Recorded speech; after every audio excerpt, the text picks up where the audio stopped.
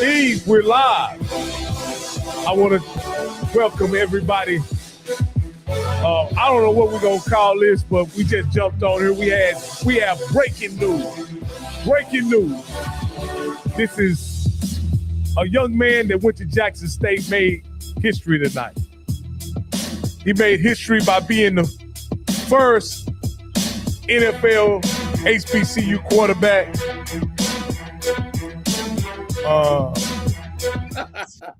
First HBCU quarterback to be named to the Pro Bowl since the late, great Steve McNair. Now, I will say this, Steve. This has taken over the internet for the past 5 or 6 hours. Ever since he was named this afternoon, there are guys who want to turn in their Pro Bowl helmets. They want to say the Pro Bowl doesn't mean anything. They're talking about all this here kind of stuff. But before we get into the implications of it, I just want to know, Steve, what did you think about it when you first heard that Shedeur Sanders was being named to the Pro Bowl? Well, let me say a few things. And I'm going to say, you say there's what's the name. This ain't outspoken, but we're going to speak a little. How about that? Speak a little on a Monday. Yeah. Because I know the folks been looking forward to, man, we're going to come back. And then I want to say something just real quick to my HBCU family. We had a tremendous loss of a young man, a Jackson State legend, especially on social media and representing those Tigers. Corey Collins, known as D. Corey C. Young brother lost his life. I was told this past weekend, and prayers to his family, prayers to his friends, and prayers to those that understand, what he meant to JSU. I mean, one of the things about Corey, which is crazy, before this whole YouTube thing, when I was traveling back and forth to schools, they actually had a Spotify podcast. And that's how I even knew about those guys. And this was back 2019. And he had started to understand, to talk about our schools. And so he was such an innovator. And, I'm just sad to hear that. And, I know we do a lot of foolishness on this internet, which disappoints me sometimes. But I will just say, and I think for all of us, prayers to his family and support those that loved him. And, like I say, and to his family, and, of course, didn't know you, Corey, personally like that. Like I know a lot of these other guys. But again, we give our condolences and stuff like that. But now on to this. And, listen, man, I can go one or two ways with this. I don't know if you ever saw that Max Kellerman, he did an interview, right? And he was talking about what he had to do, when they had to come up with the topics, and you had to basically take the opposite approach just because of the show, and even though you really didn't believe it and stuff like that. So if you need me to be the opposite guy and you be what Shedeur made, and I should be what, I'll play that role. Well, I think this is a situation where I think you're very naive if you don't think about both sides of it. You know what I mean? Like, this is one of those situations, Steve, where I think on merit, anybody with any objective knowledge of the NFL, we can understand that this wasn't a decision made on merit. Can we agree on that? I can 100% agree on that. Right. Now, with that being said, we also got to accept that this is not the first time this has been done. Right. And so that's what's kind of getting me, is that a couple years ago, this was done by a guy who started 4 games, who was Lamar Jackson's backup. And I'm talking about Snoop Huntley, who was named to the Pro Bowl in 2023, I believe, if I'm not mistaken. Right. And my point is, people are losing their mind about this, saying that the Pro Bowl doesn't mean anything, whatever. My point in this is what I want to say is, I'm glad the NFL did this because of what they did last April. Let me kind of line this up for you, Steve, because I want to know what the NFL they did last April. No, what I'm saying, the NFL decided he was a 5th round draft pick, right? And I believe he was drafted in the 5th round, not on merit either. You understand what I'm saying? I don't think He earned a 5th round grade. I didn't think he deserved to be a 5th round draft pick, yet he was drafted in the 5th round by the Cleveland Browns. Now, we all know what this season was like for Shedeur. Starting in OTAs, training camp, beginning of the season where he was a 3rd stringer, moving to backup, and eventually started the last 7 games. End up having a game where he threw for 360 yards. Through all of that, we come to the realization that if we can accept that he wasn't given this Pro Bowl assignment on merit, can we also agree that he wasn't selected as a 5th round draft pick on merit as well? How do you? Well, see, I don't know why you see. That's the assumption. The numbers can say on merit he's not a Pro Bowler, but then the leap you want me to make is the assumption that he was not drafted because of merit, and people evaluated him and thought he was a 5th round pick. Now that's my question. What I'm saying is, again, if I can accept that he wasn't selected on merit as a 5th round pick, I also can make the accept that the NFL not and see, this is another thing. This wasn't a coach's selection. This wasn't a player vote. This wasn't a fan vote. This was the NFL. And you guys can do your research because I have. These selections, these alternates there's no real criteria of why they select these alternates. There's no criteria, right? I imagine it has to do with a lot of different factors, meaning who is available, who wants to come, who turns it down. We know the Pro Bowl quarterbacks, I believe, were Mahomes. The alternates were, we know the Pro Bowl quarterbacks were Josh Allen and Drake May. And Justin Herbert. So so Herbert and Allen. So I looked this up because I wanted to make sure I had this on tap. So for the AFC, which the Cleveland Browns playing, Josh Allen was the starter, Drake May, Justin Herbert. So I'm assuming that because of Drake, and we can make that assumption pretty strong. Drake May is playing in the Super Bowl. They needed somebody to replace Drake May. And there you go with Shedeur Sanders. Yeah. And they say that there's 2 other guys that they could have selected that could have been selected that they were injured, and that was Trevor Lawrence and what's my man name in Kansas City? Mahomes. Mahomes. So those 2 guys could have been selected, but one turned down due to injury, and one of them, I believe, just turned it down. So there's no real criteria for selecting an alternate, and the NFL selected Shedeur Sanders. Now, we can accept that it wasn't on merit, but right. But what was your thought when you heard the selection? That's what I want to hear, Steve. Now, this is the hypocrisy. I'm gonna agree with you. See, this is what has bothered me with this whole thing with Shedeur, and this is my Shedeur defense.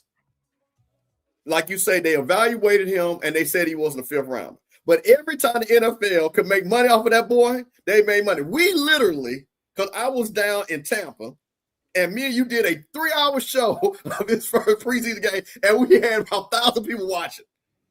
And the fact that they knew it, they put it on the NFL Network. They broadcasted it all over the place. We knew the drama that was going, and they knew that it was good for TV. So again, I just put us in on the joke. Just say, hey, listen, we know that y'all going to watch. We know y'all going to talk. Even the Cleveland Browns, who constantly said that this kid was basically going to be on the practice squad damn near, every time that there was a social media post, now mind you, the kid from Oregon was the higher drafted kid. We never saw him on social media, any video, but we saw Shedeur. So my thing is, don't play in our face like that. Just acknowledge once again, and we see this all the time, and we're going to do some shows about this going forward, about once again using the black body to make money off of us. And that's my problem. So everybody, so there's two sides. So, I said, and we might need to pull that up, that quote for Sean Merriman, right? As somebody, let me see. Let me pull that up because I think that'll be good just to kind of. Yeah, I mean, again, I think Shedeur is a polarizing figure, no doubt. And I must admit, I thought this was some kind of hoax or joke, Steve, to be honest with you, when I first heard it. I thought there was no chance he would be selected to the Pro Bowl by the NFL. And this is a quote by Sean Marion, the great Chargers linebacker. He says, I have a Pro Bowl helmet that I walk by almost every day. It's signed by some of the best players in the history of the NFL, legends, Hall of Famers, and real GOATs. The Pro Bowl used to be a badge of honor and respected. Things have changed. Now, again, obviously things have changed because they no longer tackle in the Pro Bowl. Right. So these things change. But I think what he's saying is it used to mean something when you would say a guy is a 2 or 3 time Pro Bowler, 5-time Pro Bowler. But I think we all could agree that doesn't mean what it used to mean. And this selection of Shedeur has very little to do with that, Steve. Right. So that's the reason why I wanted to put this up, and I'll stop sharing this. Well, I thought that was important because there was a level of pride when you played in the NFL. Like I told you, my cousin Marcus McNeil, he probably played in one of the last Pro Bowls when they literally played 11 on 11, right? And there was a pride. And, people know I just throw big events and stuff like that. And guys in the 90s, the 2000s, and things like that, it was a big thing to go because remember, the Pro Bowl was after the Super Bowl. They just switched that and moved it in front and things like that. But that was a big thing. And you had guys that played in the Super Bowl that would go. When Jerry Rice, he never missed it. Yeah. He took pride in going out there and performing and things like that because it was good on good, best on best. But now we got into a point where football is not a football game, it's a flag football game. So for Sean Marion, it's no need him being mad because it's not even the game he played when he played the Pro Bowl. It's a flag football game. So if it's a flag football game, then let's put it for what it is. It's an entertainment. You know what? Because they know that these guys are, and I get it. It's a risky proposition to go out there and play real football and what you could lose. So they understood that because guys were barely, guys was, 2-hand touching anyway and stuff. I don't remember what year it was, but it was the guy who was, I think he was rookie of the year. And he had led the NFL in rushing, and he played for the Patriots. Edwards. And he went out there, forced me up in a flag football game on before the game. Yes, on the stand. Yes. Yeah. And of course, he was never the same player. Never. And I think that if there was one event I think kind of changed the game, that event kind of changed the game, and then.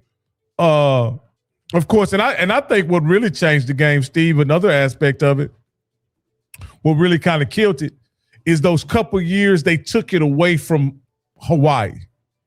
The NFL wanted to reduce some costs because it wasn't the marketing earner that the Super Bowl and other games were, and so they wanted to.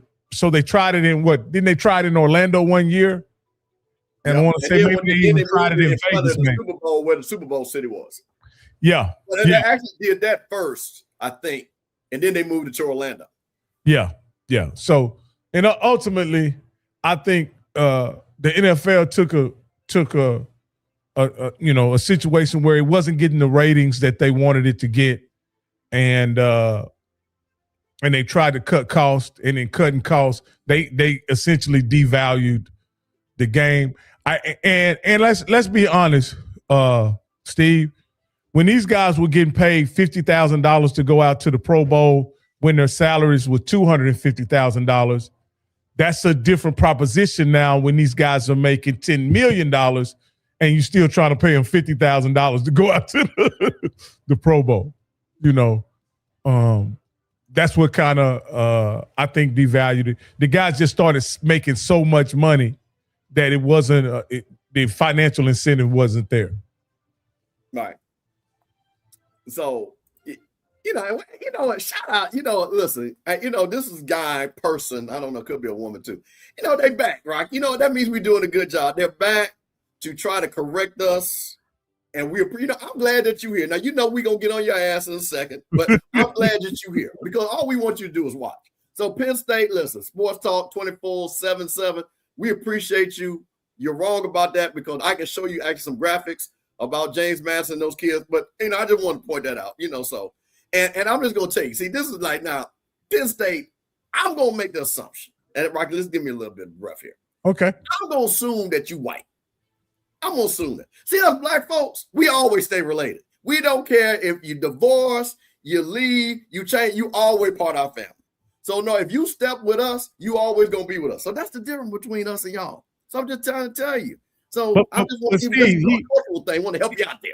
But Steve, he might be white, but he could be down with the swirl, though. Steve, does that make a difference? Well, he's saying we always playing the race card. Man, listen, we play spades around here. We don't play no race cards, man. We play spades. We'll do that. So, he could be, what I'm saying? But I'm just letting the fact that he saw it and it popped up, he came on in the chat. I'm just glad he, we just need, I'm just messing with him. But, but back to your point about the money. And that's the thing about it is when you got guys, they're making so much money. Yeah. And for most of the people that go, like for the linemen, they do the tug of war now, stuff like that. A lot of guys, you know why they go? Because they get all expensive pay and they bring their family out there. And you know what? There's a free vacation. Let me let my kids see me do these things and stuff like that. Because see, when the Pro Bowl was out in Hawaii, guys would leave their chicks and they have a whole other group of chicks. I'm telling you, because I went out there and I'm telling you what I know. See, that's how you can get away. Because see, you see, man. So just to let everybody know, for us black people, don't know about the white people, it's a thing called a circuit, and it's the big event: Super Bowl, All-Star. You go to Cancun, you go to SSP, black thing where black folks gather, right? So Pro Bowl was one of those funny things that you really had to have your money because it used to be right after the Super Bowl, so it was very hard to go from the Super Bowl to wherever out to Hawaii. So the really big ballers went out to Hawaii. And see, what they would do, they would bring their girlfriends and wives to the Super Bowl because everybody wanted to go to the Super Bowl and leave them at home and they head out the wire. And that's where the big baller chicks would come out. So that's why they would like to go out there. But now, going to Orlando, they ain't no big deal and stuff like that. So now it's really more of a family thing where you see these guys, they bring it. Because you see all the kids on the sideline throwing the balls and all that stuff and everything. Like, you ain't see that all out in Hawaii. That wasn't like that. I think what they end up trying to make it is something similar to the NBA All-Star. It's trying to make it. They remember when they had that NBA experience, right? And that's what they're trying to do with the football. So again, I think the situation with Shedeur. Hey, now, wait a minute, hold on. Now, Penn State. Now, what do you think about this though? Now, you know what, Penn State. Now you're talking football. What do you think about this right here? Well, again. I mean, there's a whole bunch of guys I was selected in front of Cam Ward. If you're talking business, I think Cam Ward is not a selection you make on merit. You know what I mean? But if you want to have somebody in the Pro Bowl that's going to get eyes to the television, then you got to have. Okay. Okay. Thank you, Blue. Because I was going to say, because you do get a check. You know what I'm saying? You do get a check. He's a young brother. He might want to go to the Pro Bowl, but there you go. So thank you, Blue. I'm surprised Shedeur. One of the things about the Pro Bowl selection that surprised me, I don't know if y'all follow Shedeur or the Sanders boys on social media. I happen to do. They were in Paris this weekend, and it didn't look like they was interested in much football at all. They were at some of those big fashion shows, you know what I mean? And so again, I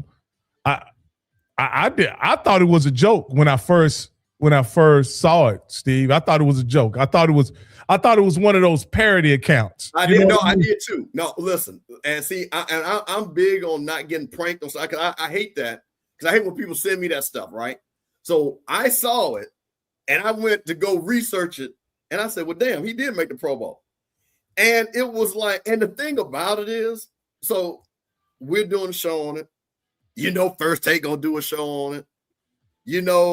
Pat McAfee gonna talk about it. But this is what they want. And if I'm Shedeur, because see, Shedeur is a businessman. Whatever I'm marketing, selling, or whatever, I'm making ads for all that Pro Bowl. And I'm even winking at the camera saying, yeah, I know I ain't, but that's okay. You got to be in on the joke.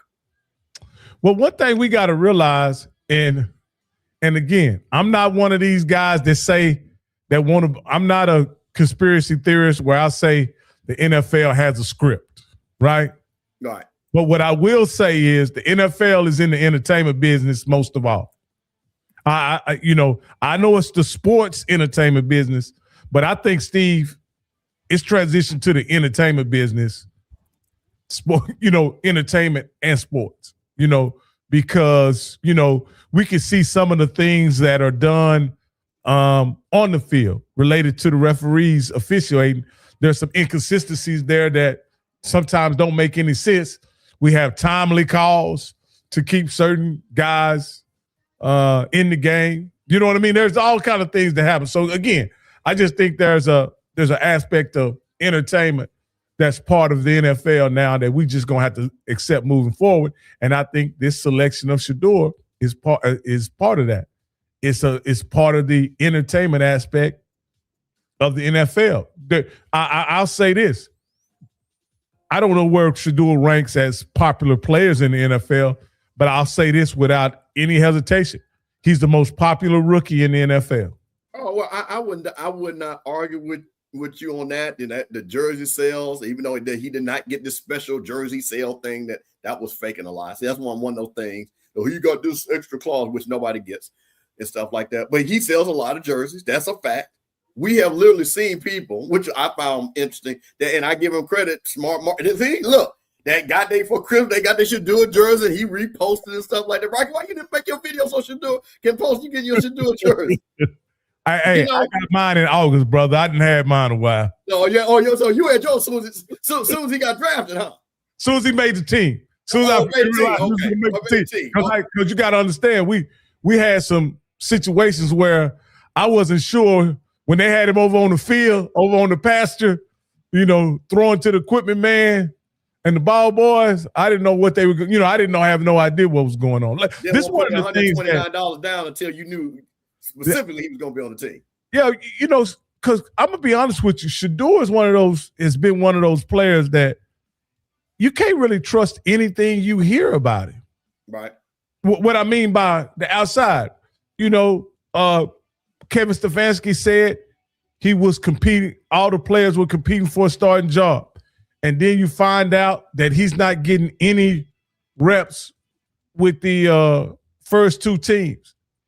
And then it comes out later that Kevin Stefanski was never considering Shedeur as part of the competition, though he never said that. His intent was to redshirt Shedeur this year. You know what I mean? Like anything you heard about Shedeur from the coaches, from the media, and then, us fans, we're trying to read into it. And I think we just got a lot of mixed messages up until the point Dylan Gabriel got hurt. And that's when, we said this early in the season. You can make all your plans you want to about players, but football is going to football. You know what I mean? Right. Football is going to happen. And I think that's what happened to Shedeur. Football happened, and he got an opportunity that I surely believe that he was never supposed to get. But football happened, And so yeah, I think one of the things, and this is what I hate. See, this is what I hate. And I think this is what has happened to Shedeur through no fault of his own. I think people believe there's a large faction, right, that believe that it's nepotism for him, that he's given things, that he hasn't had to work hard for things in his life. I choose not to believe that because I know where Jack stayed. I know how hard he practiced because I knew people on the team, people around the team. I knew coaches. So I knew that he worked hard. But that is one of the things that has always followed him, that he did not have to be pushed. There was no quarterback, controversy. But, I mean, that happens with a lot of players. and stuff like that. So then he goes and the bubble gets burst by, to your point, from the NFL, right? They say, okay. And that's what people, they want to bring his head down and stuff like that. But you know what he did? Other than that one little time that I think he I think he cleared it up real quick, he kept his head down, man. And he kept working. It was one little time that I think he kind of just let his mouth get in front of him. But I'm not mad at that because overall, he was never the story. And people tried to make him a story. People tried to get him started. This is a Negro right here. This is a Negro. This is a Negro. You believe that? Oh, yeah. This is a Negro. Now, hold on now. Now listen. Hey, his hair as nappy as my beard hair. I guarantee you that. Listen, that Celebration Bowl was one of the most watched Celebration Bowls. You know what I'm saying? You know, and like you probably brought the casual fan in. So he brought the casual Caucasian in too. You know what I'm saying? Brought the casual Caucasian in. No, but when I again, now one of the things that I think that's kind of unfair to Shedeur and almost unfair to Prime, because I don't think it's consistent with his actual personality or his brand, right? Shedeur being the black guys, Shedeur being the, how can I say this, Steve? His fan base as being black, right? And everybody against him is white. You know what I mean? Because I don't think that the Sanders family has such a cross-section of fan base. I think there's just as many black people that dislike the Sanders family as it is white people that dislike the Sanders. And I think there's just as many people I'm that gonna disagree. like the Sanders family. I'm going to disagree. I'm going to disagree. And the reason why I'm going to disagree is that, first of all, I think people have to understand, and I think this is what a lot of people, and I didn't want to say about white people, because like I said, man, we are in silos. I don't think a lot of white people realize that Deion Sanders had a reality show, and that people wouldn't watch this boy. He was a little bitty boy. You know what I'm saying? He was not an unknown entity. He was literally on a reality show. What, he was 7, 8, 9, 10, somewhere around there? Well, 8, 9, 10. People seen him when he was a little bitty kid. And then his daddy is Deion Sanders. He comes to Jackson State, and that whole thing about we about to bring HBCUs back, that was black folks were going crazy, bro. You know, oh my God, man, we finally about to do this thing. And then when Travis Hunter's side, boy, you know, it was like white folks got shook. You know what I'm saying? And black folks, like, you know, so there was this thing that people saw this young man, and like I said again, and most people, they're Deion Sanders fans. Like, you're a Deion Sanders fan.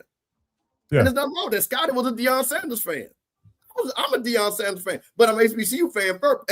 And I'm less of a fan because, again, me and Deion was in school when I was in school. It's hard for me to be a fan when I knew you, you know, like that. You know what I'm saying? I didn't think very much of him until he played for the Cowboys. Yeah, you know, like I say, stuff like that, you know. But overall, I think then you had, of course, sports writers, majority of them white, unfortunately, that write narratives. And that's the thing. And Deion has, and this goes back, and Rocky, you know this. Deion has never had a really good communication with sports writers and the media. Hell, he threw water on Tim McCarver at the World Series. I mean, at the well, that had been probably the NLCS because it wasn't the World Series. They had wanted to go to the World Series. Mm-hmm. So this goes all the way back of this thing with him. So I think that while, yes, are there white people that like Shedeur and all that? I totally agree. Not going to argue that.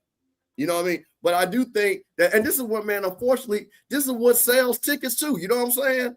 Yeah, I just want to Blue. You're right. I didn't acknowledge him, and he did, and that was DPI on him against Michael Irvin in that playoff game. That was DPI. Defensive pass interference. So just so you know, I was here in Atlanta. You know what I'm saying? We was doing the thing, too legit to quit. We was doing a little dance and all that stuff. You know what I'm saying? So yeah. You know, the one thing, like I always, now this is what I ended up admiring Deion for as a player. He wasn't gonna fit in the traditional box as a football player. I didn't appreciate it. Like everybody else, when I was younger, I thought he was a little bit too much, right? Did you really? Yeah. For me, it was almost too much country, almost. You know what I mean? Yeah. Because it wasn't. He ended up being a very cool dude, but I didn't think he started off as being a cool guy. It was almost over the top. It was almost like the gold chain, the Jerry curl. Yeah. Okay. So let's keep it a buck. Let's, for some of the young folks don't understand that deal. And like I said, that's what I'm saying. Now, see, it's funny. So let me. I don't want to cut you off because I think you're going to the perfect place. Yeah. I went to school in Florida. I went to school with guys like that. My roommate was a guy like that. So I was used to it. You know what I'm saying? That was such a Florida thing. And so he was just amplifying. And that's why I tell people all the time, people in Florida State hated Deion. So that's what was funny. Deion was not loved at Florida State. Because to your point, they didn't like the gold chain. That he wasn't, yes or no, sir, and all that type of stuff. And he was Deion. So go ahead. But I think that's funny because there were people that, and black people were like, man, why you got all that gold jewelry and that Jerry curl? Yeah, that's true. Going back to now, I always like to quote, and it gives you, I always like to quote that Detroit, I'm glad Detroit didn't draft me because they'd have to put me on layaway. Like he always, amongst all of that country bravado is what I would call it. He always would have some good one-liners, almost, and he later would say this, mimicking a great spokesman like Muhammad Ali and things like that. He, but again, he did it kind of over the top. And of course the Jerry curl, the tying up his hair. Wearing the rag on his head, like all that was, always a little over the top for me. But once he became a Cowboy and I was able to follow him a little more, got a chance to be around him because we had some mutual friends, I realized that he's really a quiet guy, really not that. That's when I found out that he didn't drink, didn't smoke, you know what I mean? Like he was like a really. He had cut his Jerry curl by then. So he had cut out his Jerry curl. He was only down to 2 chains by the time he got to the Cowboys. Yeah.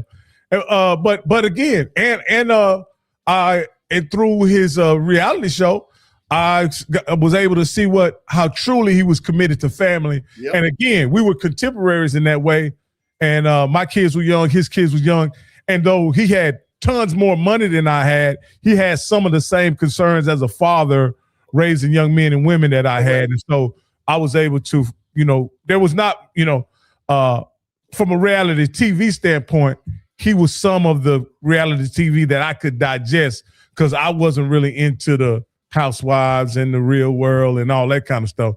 But I was into what him and Pilar was doing until that went really bad. And that, and that's a whole nother, me and you have talked, at great nauseam about Deion. And like, there are so many stories in this storyline, not only for him, but just think about him going to Jackson State, coaching, winning the SWAC, going undefeated, going to Colorado, having a successful season, and even to the point to where he had an opportunity to kind of be a pioneer like Signetti, right? But rather than doing that, he was saying, I don't want no players worrying about NIL. I want them to worry about NFL. And Kirk Signetti, on the flip side of that, he said, I'm not worried about guys going to the NFL. I'm worried about guys who want the NIL, who have a high level of production already in college. And again, when I say this, Deion could have took that same approach, but he didn't. He tried to steer away from paying players, and that was quite peculiar to me. Still paid them. Huh? He still paid them. That NIL was the same as Indiana's. Well, what I'm saying is he didn't talk up paying, though, like I thought he would. He really talked about all the intangible aspects of playing in Colorado, and we saw how that got him, what they got him, Oh, listen, now are we changing the subject? Or we're not changing. Well, because there's something I want to address, and we'll address it. We'll address the Prime situation in a minute. But again, I want to fully, talk about this Shedeur situation. Yep. And we may have given it enough air, but I really want to also talk about Deion and him finding college players. Whew. Like, where does he think his players are unsafe? This is a situation where he is. I don't see how legally he gets a chance to do this. Legally he can't. So let's start there. And I know this for a fact. I have talked to too many lawyers. Let me see. I want to pull up. Let's see here. Keep going. I'm gonna pull up his fine. I want people to see this fine. Did you post a graphic of the fine? Yeah, but it's not a. I thought you posted that with the fine. Yeah, I did, but it wasn't it was a. Yeah, here it is. No, you got it. Here it is right here. Hold on. Okay, this is it. Okay, hold on. This is insane, and you know what? I'm gonna do another thing too. I'm gonna show this. Oh, wait a minute. Hey guys, hey, Mr. Calvin, I'm finna do something here. I want to thank everybody who's been watching on the Off Script channel. I want to appreciate y'all. We're gonna continue this conversation on the Rocky Miller channel. I want to thank y'all. We're gonna suspend it here in just a second. Go ahead and switch over. Type 1 once you switched over, and I'll go ahead and suspend the Off Script channel. I'm gonna put the link in here again, so you guys can go ahead and switch over to the Rocky Miller channel. And I want to thank everybody who has been watching on the Off Script channel, no doubt. So we'll let people get settled real quick for again. That'll allow me to pull up something else because I saw something else that I thought was very interesting that ties into this. Because when I saw this, I laughed because you know how you understand the spirit of it. They say the spirit of the law versus the letter of the law. I understood the spirit of this, but Deion, I was like, bro, I don't know about this. And I think Bomani Jones talked about this, and I want you to hear. It's gonna be 55 seconds, and I'm gonna let everybody get settled. Let me know, Rocky, when we're gonna let everybody. So, guys, as you can see, one of the things. So Deion has come out and he made this list of violations for the team. So let me see if I can make this a little bit bigger so people can see that. Oops. Oh yeah. There you go. That's fine. Good. There you go. So late for practice, $500. No show for practice, $2,500. Late to meeting or film, $400. No show, meeting, or film, $2,000. Late to conditioning, $1,000. No show conditioning, $1,500. Late to treatment, $1,000. No show treatment, $1,500. Violation of team rules, $1,000 to $2,500. Public or social misconduct, $2,000 to $5,000. Okay.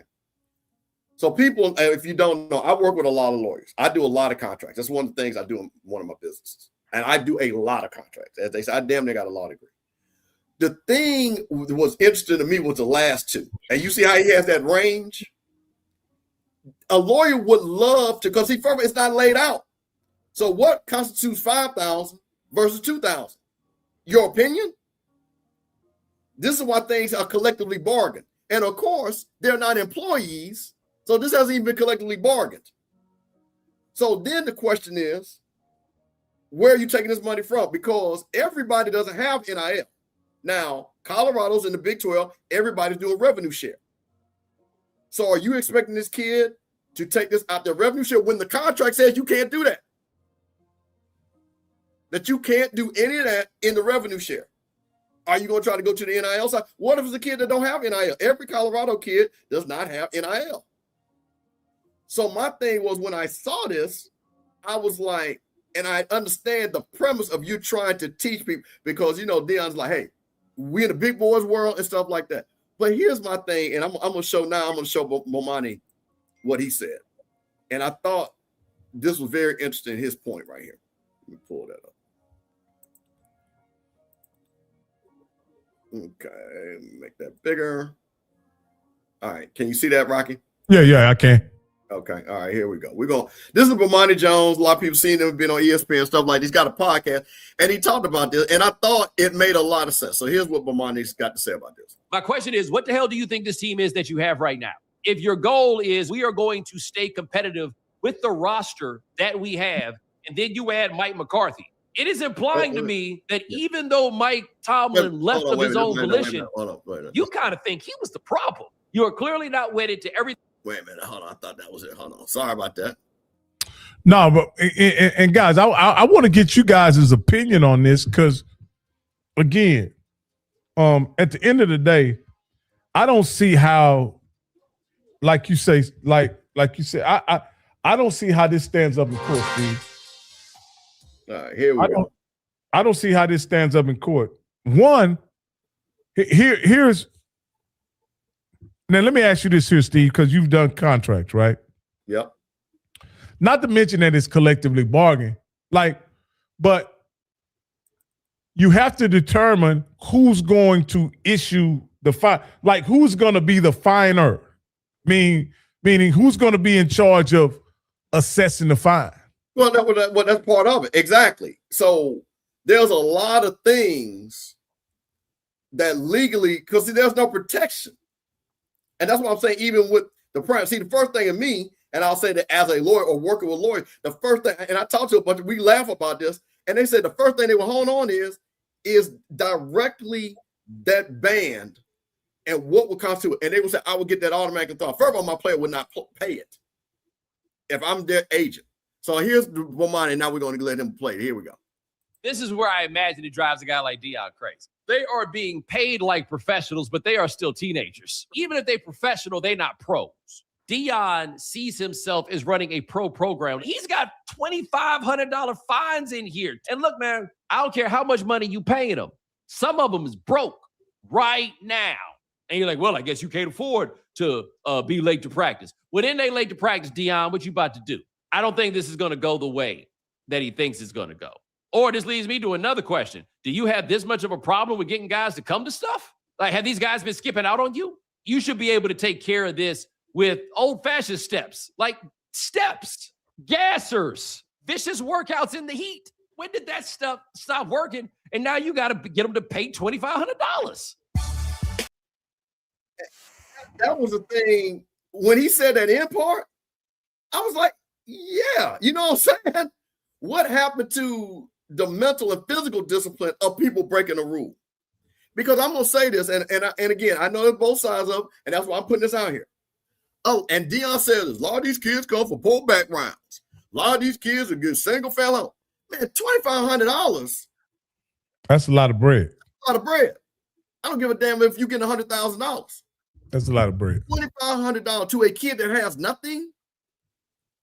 And you know that, again, a lot of these kids, they ain't right here because, again, they are buying, but some of these kids, and again, I would say a good portion do send them some of that money to their family to pay bills and things like that. So this is what we're doing. So I was just like, you know, it looks good, but then when you start peeling the layers back, cause like, man, why don't you just make the brother run? Why don't you, sit him out for a court? What happened to the stuff that works? So this is what gets me, Steve. This is what chaps my highs, Steve. And this is where I think coaches as a whole, and I'll put all the coaching profession, I'm gonna put those guys in a certain category, this generation of coaches in a certain category. You go from not talking about the money 5 years ago to now you want to take away the money.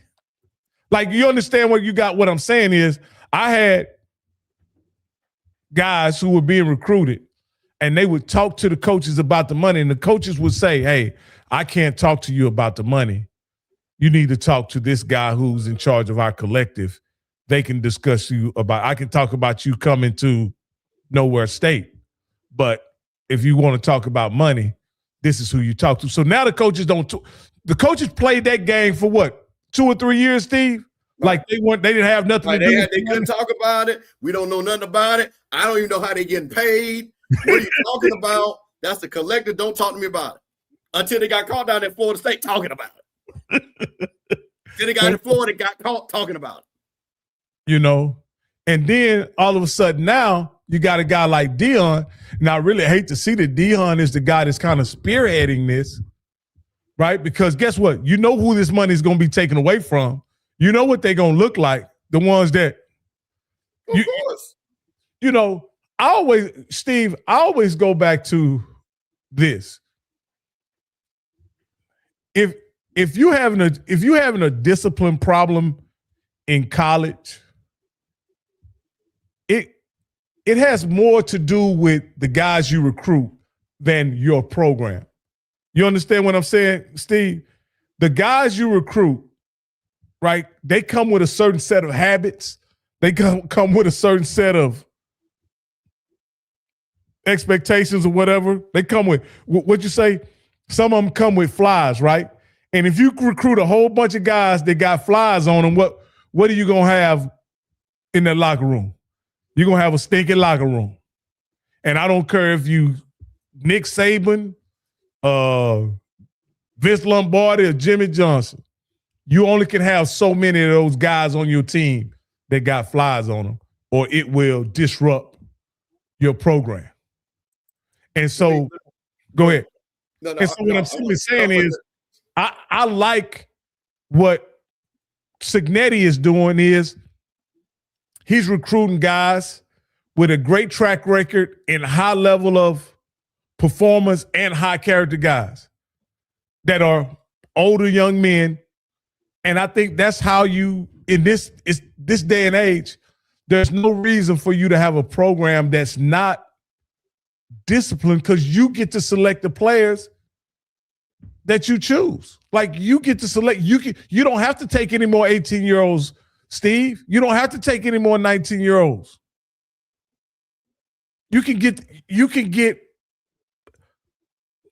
hey, Steve, you've been a hiring manager.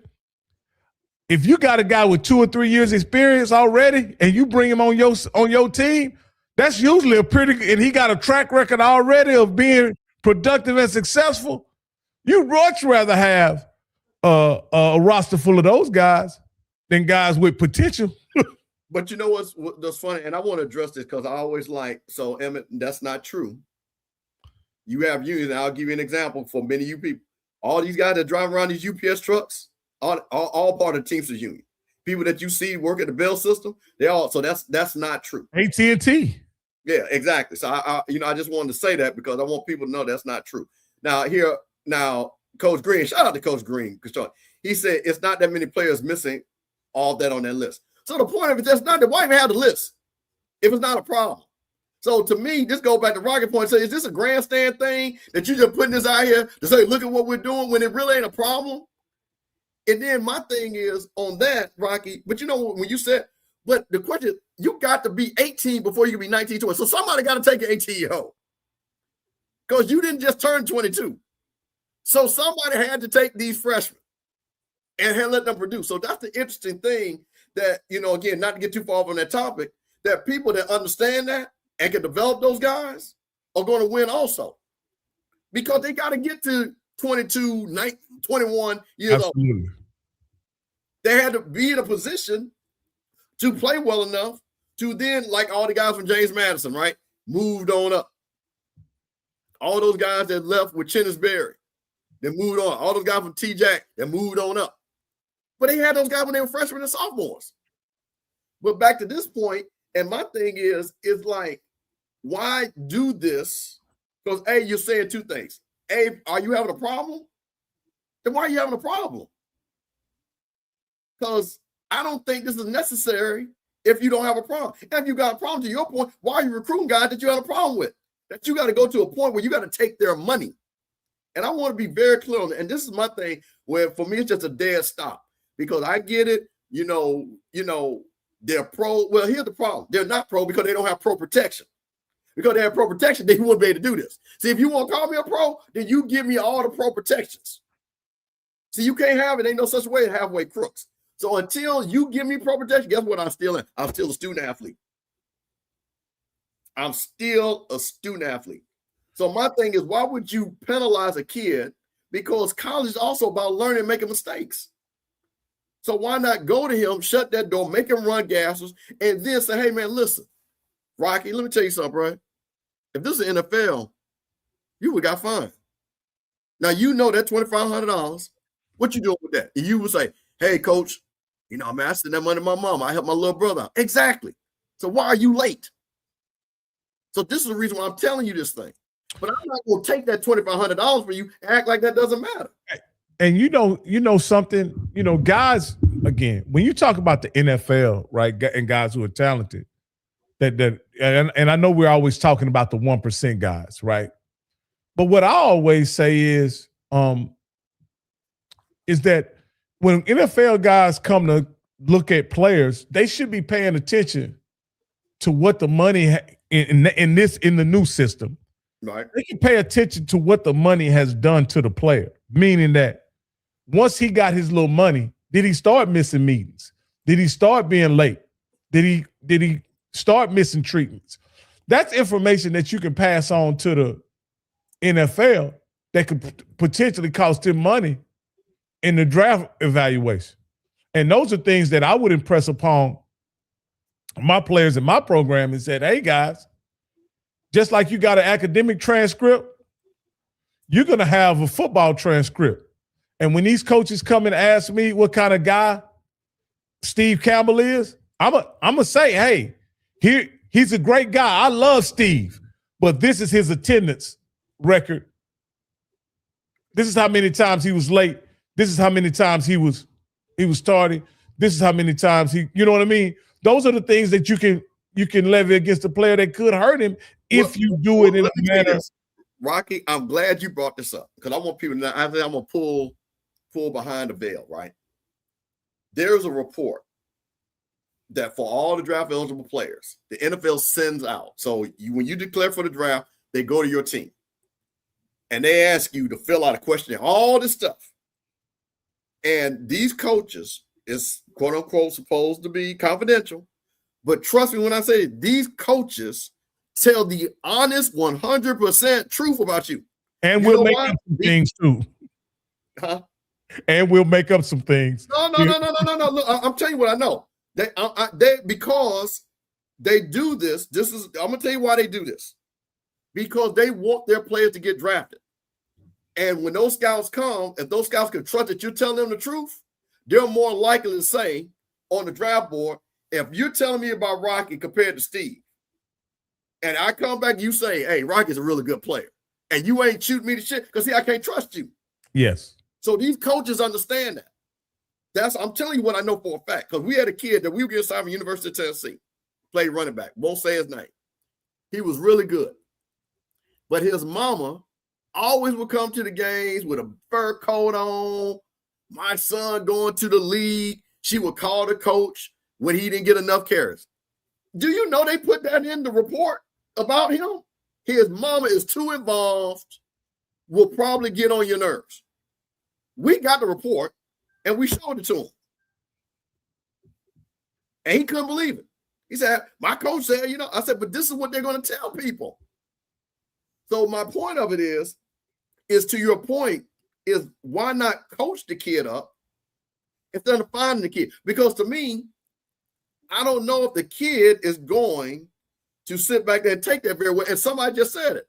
Because now what we're in, now, oh man, you find me $2,500 because you know what another coach is going to say, especially if you good. We wouldn't done that over here. We just would have made you run 40s. Quick. I know I would have hit you. Or what about when you find a player in the middle of a big game and he say, hey man, if you don't give me my money, I ain't playing. You understand what I'm saying? We saw that. Because what was the kid? Was it UNLV? Yeah. On a side note, they didn't pay me like I'm done. So that's why I think that's a slippery slope when you start playing with folks' money. And you think that little bit of money to make a point, which again, I think is made better. And because this still is a school setting. Make it a learning experience, like which everybody does. You don't find kids when they miss class. And I know that's a different situation. That is not on that list. You're right.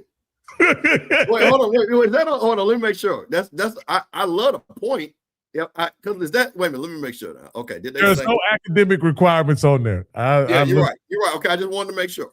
All of it is Unless that's a violation of team rules. See, but now you're getting in all the gray area. And then so what is that? Social misconduct? What the hell is that?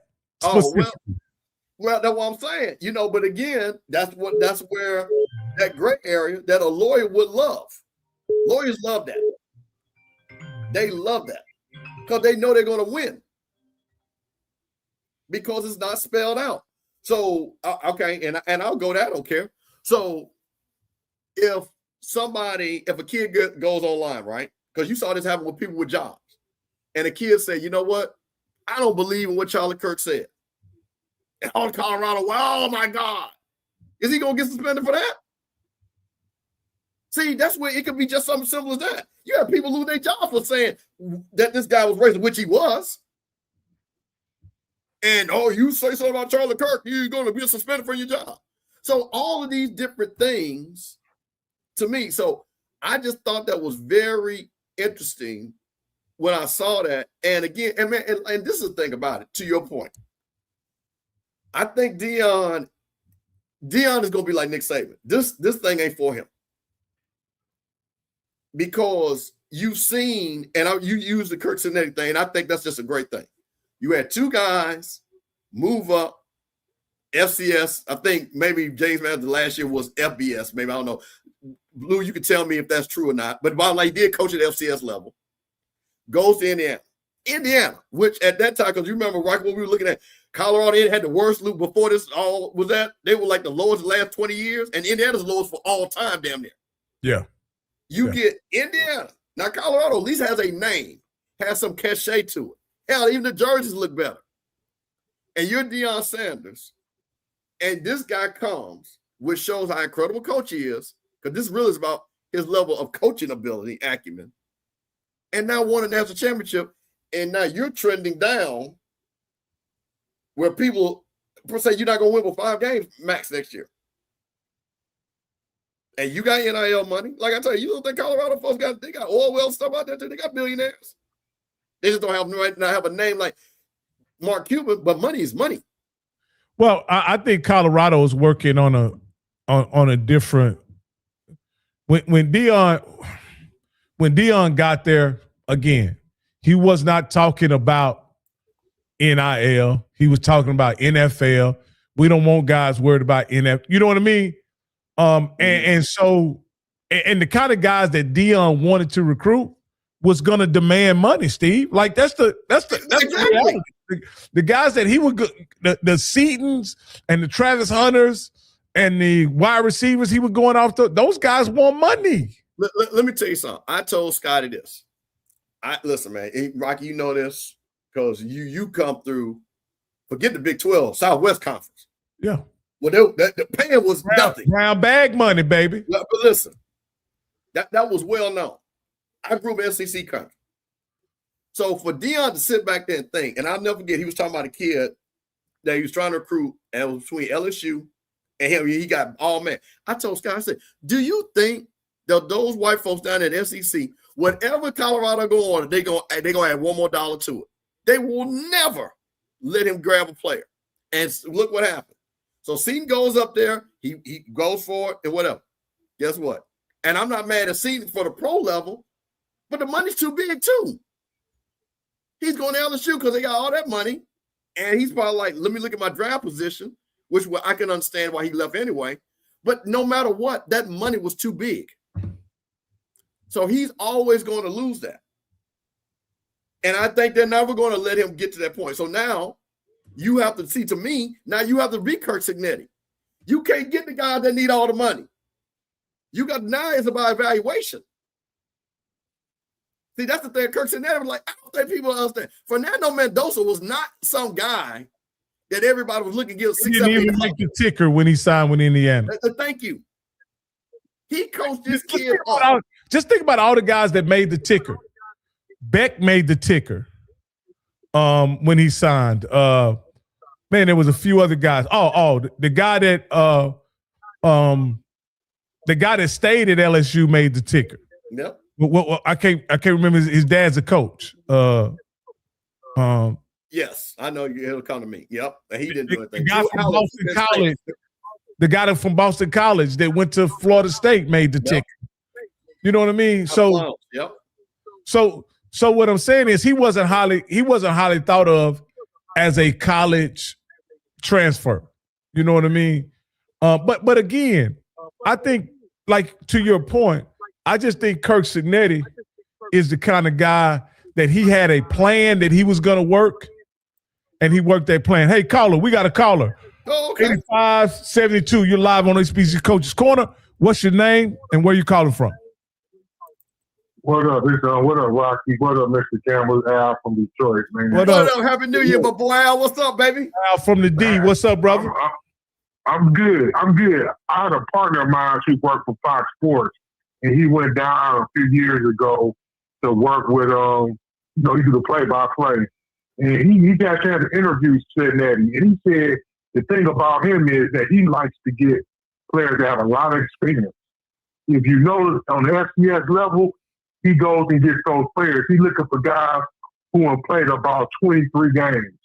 If you look at the roster now, most of those guys have played a lot of football.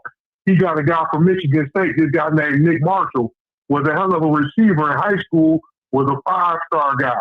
He went to Cincinnati. He went to Indiana, and he got the quarterback. I want to say that's from, I don't know if it's Wake Forest. TCU. He got that quarterback from TCU. He got a particular kind of science that he worked with the players that he looked for. He's not looking for all the bravado. He's looking for guys who have meaningful stats and are disciplined players. I guarantee you he's going to go on another run. Let me just say this, because, we specialize in the HBCU arena. You can give it to Coach Cignetti for sure enough, but that's the same formula that Chennis Berry used. All day. That's what I was about to say, Rocky. Chennis Berry got that down pat, man. He used the same kind of formula. I'm going to tell you else who do that kind of formula, though, Rocky. Perry Jackson. Now, here's what I'll say about Jack this particular time. He got a lot of experienced guys last year. I look at a lot of the guys that he got this year, and there's not a lot of guys with a lot of experience that he signed this year. If you look at those, I did a deep dive into who he signed. Now, what's different is he has more FBS fallbacks than he did last year. You know what I mean? But last year he took a lot of guys that had plenty of snaps, had some experience. But we'll see. Because at the end of the day, I don't think you can get away from the standpoint at the FCS level that you're going to have to be able to develop players, Steve. There's no way to get around that at the FCS level, is there? No. But think about this, though, Rocky. But think about this, though. I get what you're saying about the experience, but you got to get guys who fit your system. I think everybody that y'all talked about has people who fit their system. Chennis Berry got a system. I don't know how he gets some of them players. He got the one boy that played for the Cincinnati a few years ago to be his quarterback last year. You know that, don't you? No. Say that one more time, Al. That quarterback that played for South Carolina State, he came from what the school in Cincinnati came from before he went to Indiana? James Madison. Did he play, though? That dude played, but he was on the team, though. So that's where I think it's gonna. You got to realize this, guys, and you're gonna at some point run out of guys with experience on whatever level you go with, and you're gonna have to take some guys with potential. I think everybody's gonna look at that. What do you think a FCS guy is worth now? You're talking about guys. What is the guy that played with Andrew Body that ended up going to where did he go? Oklahoma? Where did he end up going? Texas Tech. No, the kid from Ballard went to Oklahoma. No, Texas Tech. Excuse me, Texas Tech. So they're recruiting these FCS schools pretty heavy. They're looking at these guys with production. Now you're not. So what I'm saying is, at the FCS level, how many you may get a Division II guy with a lot of experience.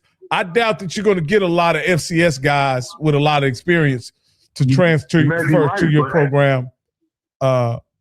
You know, no, Rocky, that's not true. Wait, hold on, Al. Hold on one second. It depends, because look at the kid that left Valley, that whooped FAMU's ass and went down to Jackson State. I think that was. I think Jackson State falls in a different category than most schools in FCS. I'll just put it like that. Now go ahead. Wait, pardon? No, I was telling Al I didn't want to cut it. He was about to say something. I think what I wanted to say, Rocky. Go ahead. What I wanted to say, Rocky, a lot of D3 guys went power sub majors in the Power 5. Man, I forgot to tell you, the Ferris State, the other quarterback who backed up the brother last year, Trinidad, he went to Michigan State. So, I mean, it's going to be a lot different out here, man. I'm telling you, it's going to be it's going to be different. But I will say this before I get off, Rocky, you're going to have to develop some talent players. I do believe that. But don't be surprised how some of these coaches go about getting certain players, especially the quarterback.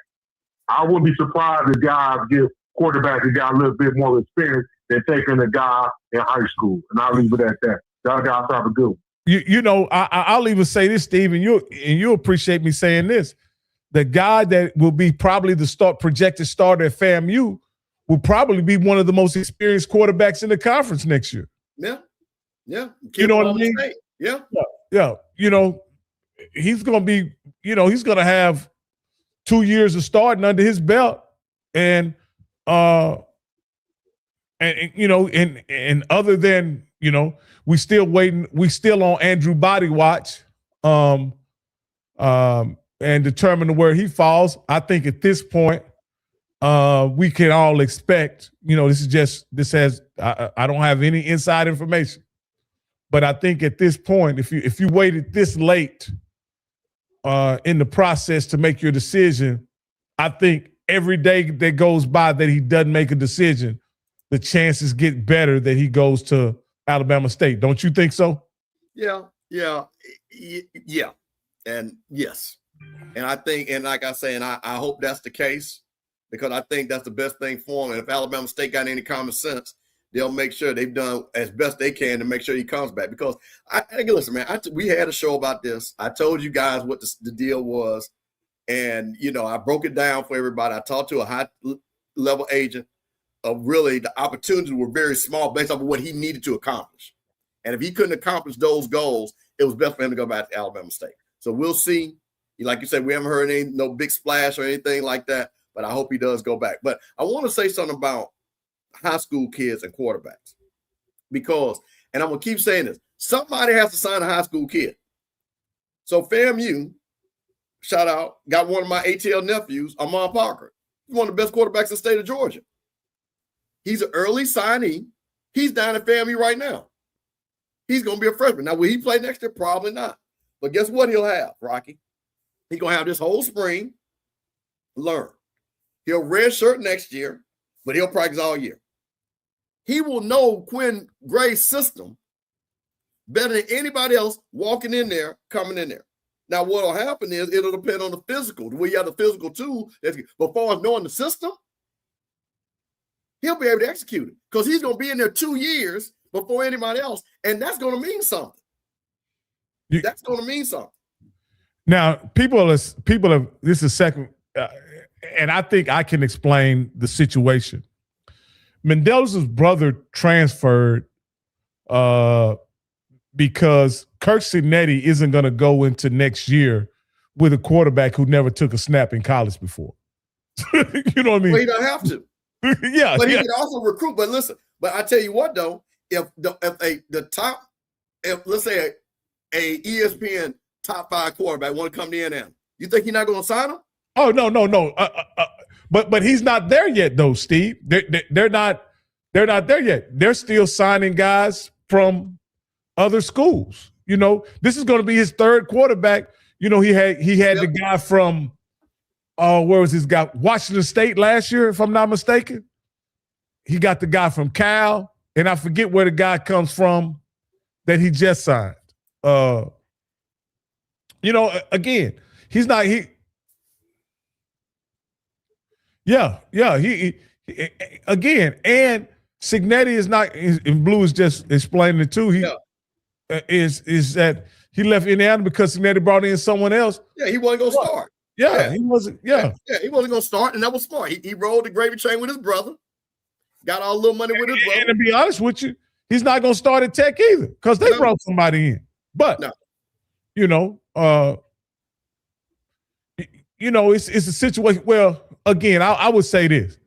If the little brother had a future at Indiana would have told him, hey, man, you got a future here with us. Oh, 100%. Yeah, but for him letting him go somewhere else. Well, he only went up there because his brother went up there too. Let's be keeping it a buck. You know what I'm saying? So it was, if I'm not mistaken. Yeah, so he went up there because I would do the same thing. Grade train on my brother. I'm getting money off my brother. I'm hanging out. You know what I'm saying? So I get it. You know, we've seen this before. So yeah, you gravy train off your brother, man. You know what I'm saying? It's cheesy self. Oh, he signed Hoover from Texas Tech. I mean Texas TCU. So that's a guy who they thought was a Heisman candidate at some point early in his career, Hoover. So, no, I think just to kind of, wrap up the Deion situation with the money, again, I think Deion coming up with this fine list raises a whole nother set of circumstances and issues in college football. And I think this is one of those deals where they're going to have to address it. I think the school or the NCAA is going to have to address the finding situation so they can stay out of the news. You know what I mean? Because the school don't want to. So when they sue, who they going to sue? They going to sue the school? Absolutely, they going to sue the school. So, yeah, I think the school. Let me ask you this. Do you think Deion has talked this over with the general counsel? No, absolutely not. I think this is a pure Shedeur Sanders because I think this looks good, and I'm trying to teach these kids something. And I think I'm telling you, man, listen, you don't believe he's talking over with the general counsel at all? Because they wouldn't do it. They wouldn't have done it. I'm telling you. Let me ask you this, Steve. Can you put some boilerplate material in a NIL contract that allows for this? No. That's the whole thing. I even sent you a lawyer. I sent you. And most lawyers said they wouldn't even allow that to be put in there. They're not going to even let you sign that. Every lawyer online and lawyers that do NIL deals, everyone said they would never, ever allow any of their clients to have any type of fine situation put in their contract. Every lawyer. Why would I? Because again, you can't force me to have that.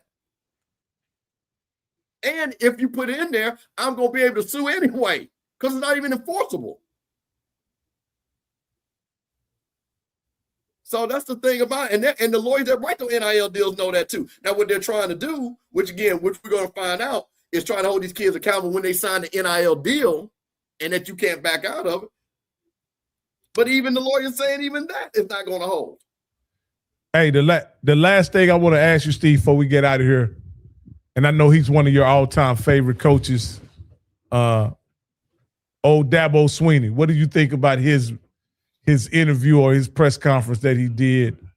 I think it was Friday, talking about the player that enrolled in school, signed a $1 million NIL deal, enrolled in school, was in school for a week, and then got poached by Ole Miss.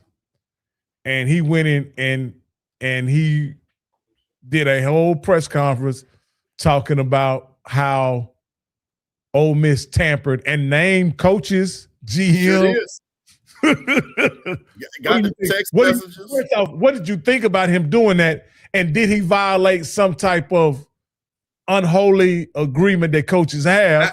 Absolutely not, because let me tell you something. Anybody in the SEC country know this going on all the time. How do you think the whole thing with Cam Newton, you know how it all got blown up? Because he was supposed to go to Mississippi State and backed out. And the Mississippi State folks told it. Because they're like, we was going to pay him first, and he didn't get signed. And he went to Auburn and got paid. And they did the wiggle that said he didn't get paid and daddy got paid, even though it was him. That's how he got caught. You see what I'm saying? So no, there is no honor among thieves. I will tell on your ass in a minute if you mess up with my money. So this goes back. So I'm just using Cam Newton because that's exactly what happened. So my thing is, again, you know, you're mad and you're saying, okay, this kid should honor your NIL. Says who? Because you wanted to? He got a better deal. People quit jobs all the time, right? So you see, man, this is the biggest thing. Well, the NCAA and the coaches, they don't see the problem. If you want him to hold that, you know what you need to do? Make him an employee. They don't want to make him an employee because they know all the other rules that come in with that. So now you don't have that employee protection because see, you're talking about something that doesn't apply to somebody. So yes, are you mad? Is that tampering? Yeah, and the NCAA maybe could do something, maybe. But you can't hold this kid like he's an employee. He's not. See, I don't even think tampering is part of, I tried to look of it. I don't think tampering is part of the NCAA bylaws. I don't think they have anything called tampering. And there's no buyout. What the kid did was left Clemson and he's at Ole Miss. There ain't no buyout. So let me kind of tell y'all what's going on now. Kind of tell y'all how they've changed NIL. So they're not paying kids any money now, right? They're moving them in, but they're not paying them any money. And if they do pay them, they're paying them small amounts. And when I call small amounts, I'm talking about around $50,000, right? That's all they're giving. The rest of the money is tied to games next season, and they're paying them per game next season, right? So if a kid is making $1 million, no, wait a minute, no, wait a minute, no, that's not true. The revenue share is what you get. The schools have a pool, and every student that's in football, basketball, women's are getting part. Every school, and I sent you guys this. So they're like Georgia. Everybody on Georgia's football team is getting $160,000. Okay, the NIL is still happening. That is how the kid from Clemson. This ain't got nothing to do with the revenue share. I'm not talking about the revenue share. I'm just talking about the NIL. The NIL. And this is at a Big 12 school, so whatever. What they're doing is paying. I want to say that's per contract. That's not everybody's contract. Yes. Okay. You're right. I want to make that right. It's not everybody. What I'm saying is they got burnt in the first iteration of NIL by paying guys large sums of money up front, and then the guys transferring before the season even starts, right? Then they had to sue to try to get their money, this, that, and the other. Right. So now what they're doing, they're giving the kid almost a small bonus for enrolling in school, and then the big money is paid per game during the season. Right. So I don't know how Clemson was doing it, right? Exactly. But obviously, if the kid got up and left for a couple $1 million, Clemson hadn't invested very much in him if he just got up and left. You know, this is where I say Dabo, he came to you and told you Ole Miss is offering him $2 million. And you told him you don't care nothing about that. You already signed. So when you tell him that, Dabo, and the kid comes to you and he wants more money, you have to address him. You can't just say it. You can't do the Debo on him and say, you signed for this, you got to take this. You can't do that. Steve, if you get a job offer for $1 million and a week later you get a job offer for $2 million, what are you gonna do, Steve? Well, see, what word you just used? I got a what? Job offer. Hey, see, that's the problem. These are not job offers, Dude, and this is where they want to say that, and that's the problem. The kid said to Dabo, "Will you guarantee my second year?" And Dabo still said he wouldn't do it. So Dabo, at some point, you got to accept that Ole Miss has a better deal for this kid, and because the transfer portal had not closed yet, the kid still had the opportunity to go to Ole Miss. What's the big deal? Well, the big deal is you're trying to win football games too. And this kid was all freshman, I believe, right? He's a linebacker. Yeah, he was all freshman, all American, or something like that. And you try to build a program. And if you got guys, and the kid, and I'm gonna be the Dabo Sweeney. The kid was in class. No. Hey, no, the kid left. I don't know what kid you talking about. This kid gone. Yeah, he was in Oxford by the time they talked to him again. Yeah. His name is Farini. And it wasn't even a brother. I was surprised that it was a white dude who did it. He was a red shirt freshman Farrell. And Ole Miss offered Farrell a 2-year contract worth $1 million annually. Yeah. So that's what it is. No, again, all right. He's not at Clemson now. He's at Ole Miss, brother. Go look it up. You don't have to. Even Dabo said he at Ole Miss. Yeah, kids at Ole Miss, and like I say, he turned. And he turned. What I thought was interesting is he mentioned Golish contacted the kid. And see, this is why I know the kid is not at Clemson. Because what happened when Dabo asked him for the text messages? He wouldn't give the text messages to Dabo. He wouldn't give them to him. So the kid is at Ole Miss, baby. I ain't gonna make it up. Yeah. Yeah, Dabo asked him for the text messages, and he said, "No, I'm not giving them to you." And that's why he told the NCAA, you got to get his phone. If you get his phone, it's all right there. Yeah, man, Dabo was upset, man. He was upset. But hey, man, these guys been recruiting each other's players for years, Steve. Why is it all of a sudden, if you flip a guy with some money, why is it all of a sudden dirty pool now? They've been flipping, they've been flipping guys at the last minute for how long, man? They've been doing it. I know all of my life they've been flipping. Matter of fact, you remember Eric Dixon tells the story about how he was going to A&M. SMU came down. He didn't want to go to SMU. Dallas. Well, let's look. Deion flipped Travis Hunter. He's supposed to go to FSU. He flipped him. Yeah. So I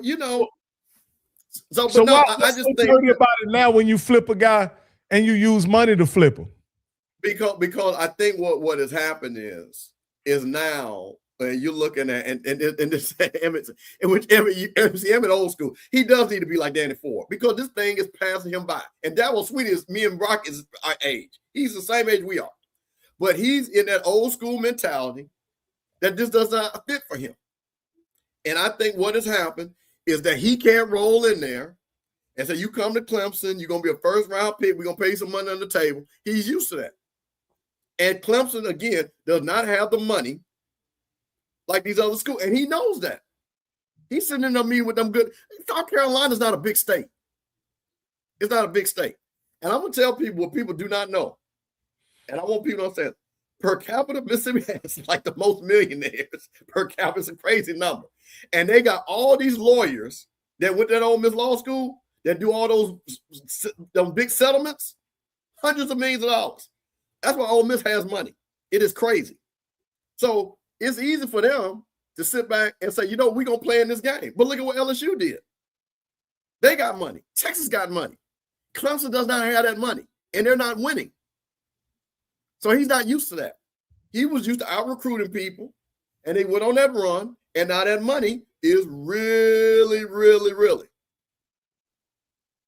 is messing things up for him. Again, man, they've been flipping players for years. Like I say, I like Dabo. Matter of fact, the interview, the press conference that he did, I think he anyway, man, I hate this camera when it does these gestures. Anytime you use your hand, you know what I mean? You got your big head on here, boy. Yeah. Anyway, what I'm saying, Steve, is the way that he wants to play and the way that he wants to recruit, I think is noble. How he wants to be committed to the kids that he brings on campus. Like I'm with that, man. I like the way he talks about developing the kid and not running the kid off and all this here kind of stuff. And if a kid comes to Clemson and he wants to be here, we're not gonna run him off because it's just not working out for him on the football field. He'll get a chance to graduate, whatever, leading the nation in graduation rates, all that, man. I dig all that, man. I dig all that. But the fact of the matter is, you just may not win many football games doing it that way. And can the people win the spelling bee and lose the ACC and be okay with that? Can they win the spelling bee? That what you said? Yeah. And lose. No, because Clemson is a football school. Be okay with that. Well, Clemson is not no academic powerhouse. It's a football school. It's a football school. And they have a football tradition. They have a recent football tradition. And I just think that, again, when you're looking at, and this is one of those things that it's going to be interesting with Alabama. You're kind of seeing that, what is Alabama going to be? Because now they're in this new age. And now they can't just stack 4 and 5-star players. See, man, this, to me, this is what, before we leave, but this is why I think what's going to help all this. You got to be better coaches now. You can't just say, I'm going to get the best guy and I'm just going to out-talent you. Now you're look at the Saban era differently after this. Well, yeah, because in the Saban era, like somebody asked me, would you see a guy running 6-7? No, that's not going to happen anymore. I think you're going to see, because of the transition. Now, you're going to still have the Ohio States and the Texas. The name schools are still going to be like Ohio State. They missed a beat. Because they got a damn $40 million NIL. So that money ain't no problem. They got out-coached. So my point of it is, it's going to have to be where the coaches literally are going to have to understand about coaching. Miami lost that. You know why Miami lost that national championship game? Because of lack of discipline, which goes to coaching. They made mistakes. Indiana didn't. And they paid $4 million for the wrong quarterback. Huh? They paid $4 million to the wrong quarterback. Well, he got him to the national championship game. Well, okay. That's what they'll say. I'll take that defense with Trinidad Chamberlain, and we'll win it. Well, see, this goes back now. Here's the thing. But wait a minute. And it's funny that you say that. But this goes back to also know how to evaluate. Give Lane Kiffin credit that Lane Kiffin even knew the kid. Because what do we sit back and say? You know this. We hear the big boy bias. Oh, FCS ain't nothing. Division II ain't nothing. Clearly, he knew it was something. So I'm going to I'm not a Lane Kiffin fan. We'll talk about that on another show, the bullshit he pulled, which I don't know why everybody mad about because all these coaches are MAGA. But anyway, let's talk about the coaching part. Lane Kiffin has the ability to sit back and say, this kid comes to and he wasn't even a starter, but let's be clear. He didn't come to Ole Miss to start. But he said, let me just bring him in because I see something in him that I can develop. Everybody doesn't see that because everybody sees he got to be the biggest. He got to be this. He got to be that. Same thing. I see the argument now that Deion said that you got to have 6'1" cornerbacks, right? And I get that. But there's a whole bunch of cats that know how to develop 5'9" cornerbacks. So now the level of coaching has to rise now because if you don't know how to coach, you're going to get out-coached. And we're going to start seeing a lot of that. And I think Deion Sanders even said, and he kind of cleaned it up too toward the end of the interview. If you go back and watch it, you could take exclusively 6'1" guys, right? But at the end of the day, you better have a guy that's more than 6'1". You better have a guy that can play. Because that's what, you take that kid Pons for Indiana. He was at JMU. He didn't meet the measurables, but again, he could play. And again, he may not be the ideal prospect at the pro level. Yep, correct. That's going to be true. Yeah. There's a lot of guys like him that he can't overcome the physical matchup that may be on the outside, but he may be able to be a slot corner. You know what I mean? So there are things that you have to take into account. You can't. Here's what I'll say. The game used to be easier in the coaching aspect of it if you had a team, if you had a school with tradition, if you had resources, if you had facilities. Then there was no, you know what I mean? The kids wanted to play for all those schools. I'll tell you this. You take the top 300 recruits in football, right? They go to all the same schools in the past. 100%. They go to the same schools: Ohio State, Texas, Alabama, Georgia, whatever. And then and then you have an area like, and people don't realize this, University of Miami used to be a doormat because they realized that if they just recruited the players in their neighborhood, in their 200-mile radius, that wasn't being recruited. That wasn't being recruited. Those kids had to go to FAMU, Bethune-Cookman. Those kids in that Miami area. Let me go back. Those kids were leaving the state of Florida, like Anthony Carter. Michigan, great. Yeah, those kids were leaving Florida. Going back that far, yeah. So those big time kids were leaving. Lorenzo White. Yeah, those kids were leaving. Exactly. So Miami was like, let's put a fence from West Palm Beach on down, which now, of course, that's where Cristobal understands that, because we got the most, there's no more talent in that area for our football players. It's just a fact. And that's why you have schools like now that, to me, I understand a little better now. But Mississippi, a school like Ole Miss, they have actually a geographic advantage, but because of the stigma that goes along with Ole Miss, and also Jackson State's ability to appeal to some of the best players, they didn't have the advantage that they probably should have had historically. You know what I mean? Because they were, they should have had access to some, the guys like Jimmy Smith and Ricky, what's your man? Ricky Jones. Yeah, guys Ricky like Jones. And they should have had access to those guys, and they just didn't. You know what I mean? Yeah. And so now, with that money, they can have access to whoever they want to have access. Well, see, that's the thing. Now, that's the reason why if because they're a non-traditional power. Whatever you want to say. They're not. They Ole Miss is trash. Yeah, they've never. But this is even with LSU, and people in Louisiana will tell you the two places in that SWAC SEC footprint that did not get the best players for the longest time was Louisiana and Mississippi. LSU was backwater. They were just a little bit above Ole Miss and Mississippi State. Now, Alabama was different because Alabama State and Alabama A&M, they weren't powers. Even back in the day, they weren't.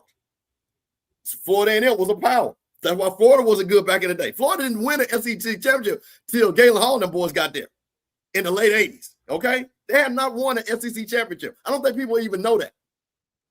Because the best players, same thing with FSU, the best players with the FAMU. So those were very funny. So now what has happened? Because of the money and things like that, LSU done flipped it. They get all the great kids. Now Ole Miss is finally slowly,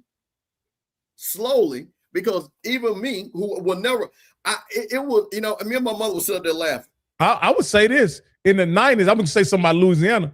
In the 90s, the best players in Louisiana now, I don't know why they did this, but in the 90s, they go to Miami. They go to Miami. Yeah, they would go to Miami or Tech. Absolutely, they would. That's what I'm saying. LSU was not like that till Nick Saban got there. So the thing about it was, because I think Reggie Wayne, Reggie Wayne, all those guys, yeah, man. But even go way back before that, you got guys from New Orleans that they left all over. So it was funny. It was very interesting, and I saw people from Mississippi, because of course I'm from Jackson, and it was really tough because you wanted Trinidad, black quarterback, what I'm saying? All these kids are black Ole Miss. They're all Mississippi kids. And it was like, oh, man. But then I had to look at it like this for this one time. I said, they ain't no different than Alabama.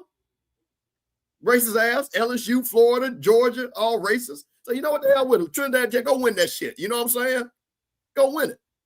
So it was a bad vibe. But and it's Ole Miss's fault. They keep having the Ole Miss name. They can change that name, be the University of Mississippi, and get rid of all that, but they still hold on to it.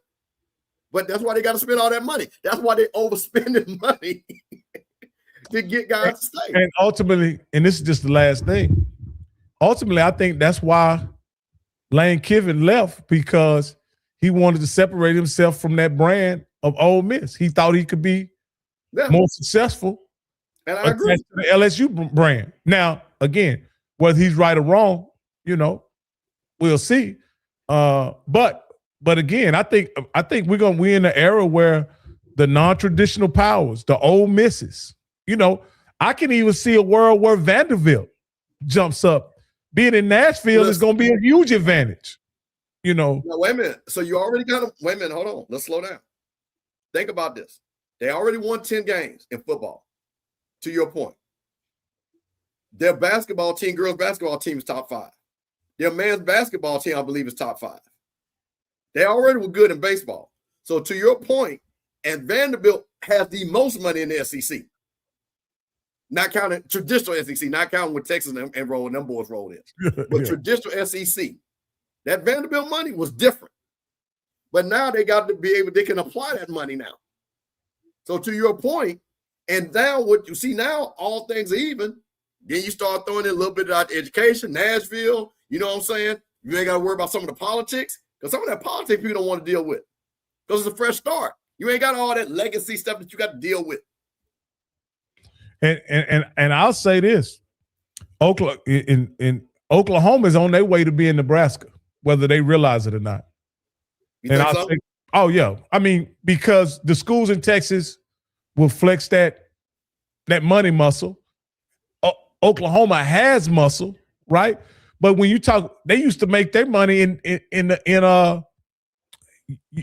made their living in the Metroplex, in the DFW, right? Absolutely. So how many of those kids will stay at SMU, will stay at TCU, will elect to go to Texas? And you don't understand what I'm saying? Like those things are still real things when it's about the money. You know what I mean? And you don't have that natural advantage that I think they had for so many years by being the biggest program closest to the DFW area. Now they wasn't the closest, but you understood what I'm saying. No, absolutely. No, Oklahoma, absolutely. It ain't that far. I don't think people really realize how close Oklahoma is to Dallas. I don't think real people see the state on the map, but it's not that far. But hold on, before we leave, because you just hit something. Because I want to ask you this question. The Ohio States, the Texas, the Alabama, how long are they going to tolerate the Indianas and those other schools, the Vanderbilts, sneaking in and winning, and the Ole Misses? Because those 3 schools, Ohio State, and I'm talking about the money, they got the most NIL money, they got the biggest alumni bases, and all these things. And how do you think that's going to play down in Texas? You not win the SEC. So there are certain schools they're going to have to tolerate. Now, Indiana is one of them they're going to have to tolerate, because you got to understand, Indiana past president was the NCAA president. So Indiana has always had influence in the NCAA. Whether they could perform at the level they wanted to, they always had cachet, right? So Indiana is going to be relevant, in my opinion, if they choose to monetarily. You know what I mean? There are certain schools that I think that may have to end up taking a back seat. And I'm talking about schools like Michigan State. I'm talking about schools that could jump up every now and then, like a Michigan State. I'm asking about the school. I'm not asking about the name school. Now, look at what is Texas and Ohio State. How do you think they're feeling right now? And what do you think the pressure is on them now? When they look at Indiana, that won a Big Ten championship and won a national championship, and Texas, who did not even make the playoffs. See, so here's I don't know about Ohio State, but I know because I'm a Texan. Yeah. As long as Texas is in the conversation, they happy. Really? I think so. That's enough? Steve, they done won one football championship in 50-something years. Right. Now I'm with you. Wow. So you know, that they have, when you talk about guys like Darryl Royal and Mac Brown, those guys won one championship. Yep. You know what I mean? So even though they have a big time football brand, right? To be honest with you, Texas has always been more about players than programs. Wow. When you think about it. Because think about it. You talking Earl Campbell, you talking Vince Young, you talking James Brown, you talking guys. Texas has always been about players rather than a program. When you really think about it. Okay. Ricky Williams. I'm tracking what you're saying. You know what I mean? Like the Texas is a huge platform. Don't get me wrong, but they've never dominated football at this level in my lifetime. See, you got to realize. Let me break this down. Texas, when Miami took over college football, the University of Texas had the same opportunity because of they were in the same kind of footprint that Miami was in. Correct. But what did they do? They chose to go another way and let Oklahoma take that mantle because they wanted a certain look on their program. Right? Heard that story too. And then guess what? Then they let A&M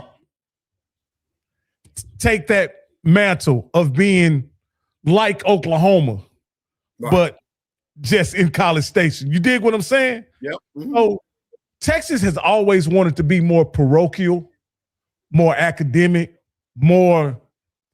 I hope you get what I'm saying. Like they always want to be above the fray when you talk about what their program represents. You know what I mean? Well, that's funny. And again, this is an interesting conversation because I've heard that because I do know a lot. I know a lot of people in Texas, but that ain't gonna last in the SEC. No. SEC is cutthroat. And what's going to happen is, if that's the point, people are going to get tired. See, because that play, like you said, in the Southwest Conference, because you kind of dominated and you couldn't get to a national championship because the way it was laid out. But now you're in a conference that expects to win national championships. That's why everybody in the SEC is all singing alarm bells. So you're talking about the Georgias, Florida, they're going nuts down there in Florida. They're going nuts. So let me ask you this. At what other SEC school other than Ole Miss would they have been as patient as they are with a guy like Arch Manning? I think in some schools in the SEC, they would have moved off Arch Manning. You think so? Did you see how he played the first half of the season? Well, I guess for me, because I watched Peyton and I watched Eli, and I think that Manning name, I think that's just wherever he would have went, I think they would have let him slide. You got to realize if he was the quarterback at Ole Miss may have won 8 games. If he was the quarterback at LSU, they would have probably won less games than the one. You get what I'm saying? Like he's a guy that benefited from Texas having top players on defense for sure. And again, I just don't to me, the SEC now I will say this. they're not a quarterback conference though, so they haven't been.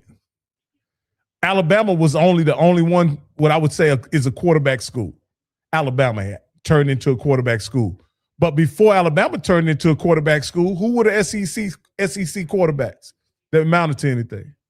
Well, you guys know we've had quarterback that won. When I say other than the Manning boys, I got the Manning boys, but I'm just talking. You got Manning, and then Tim Tebow won a Heisman, and Stafford was.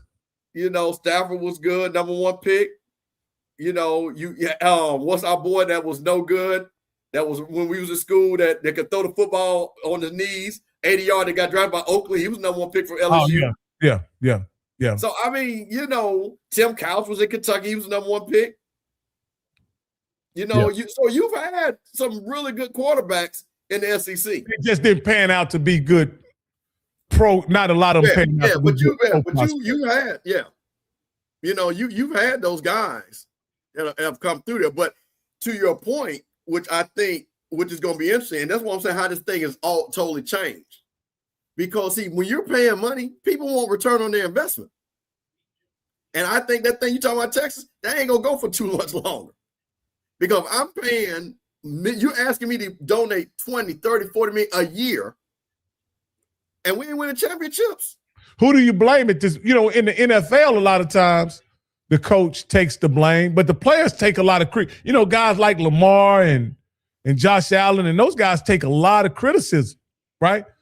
Do you see a time where the players start taking the criticism at the college level? I think it's always going to be coaching. I think it's coaching.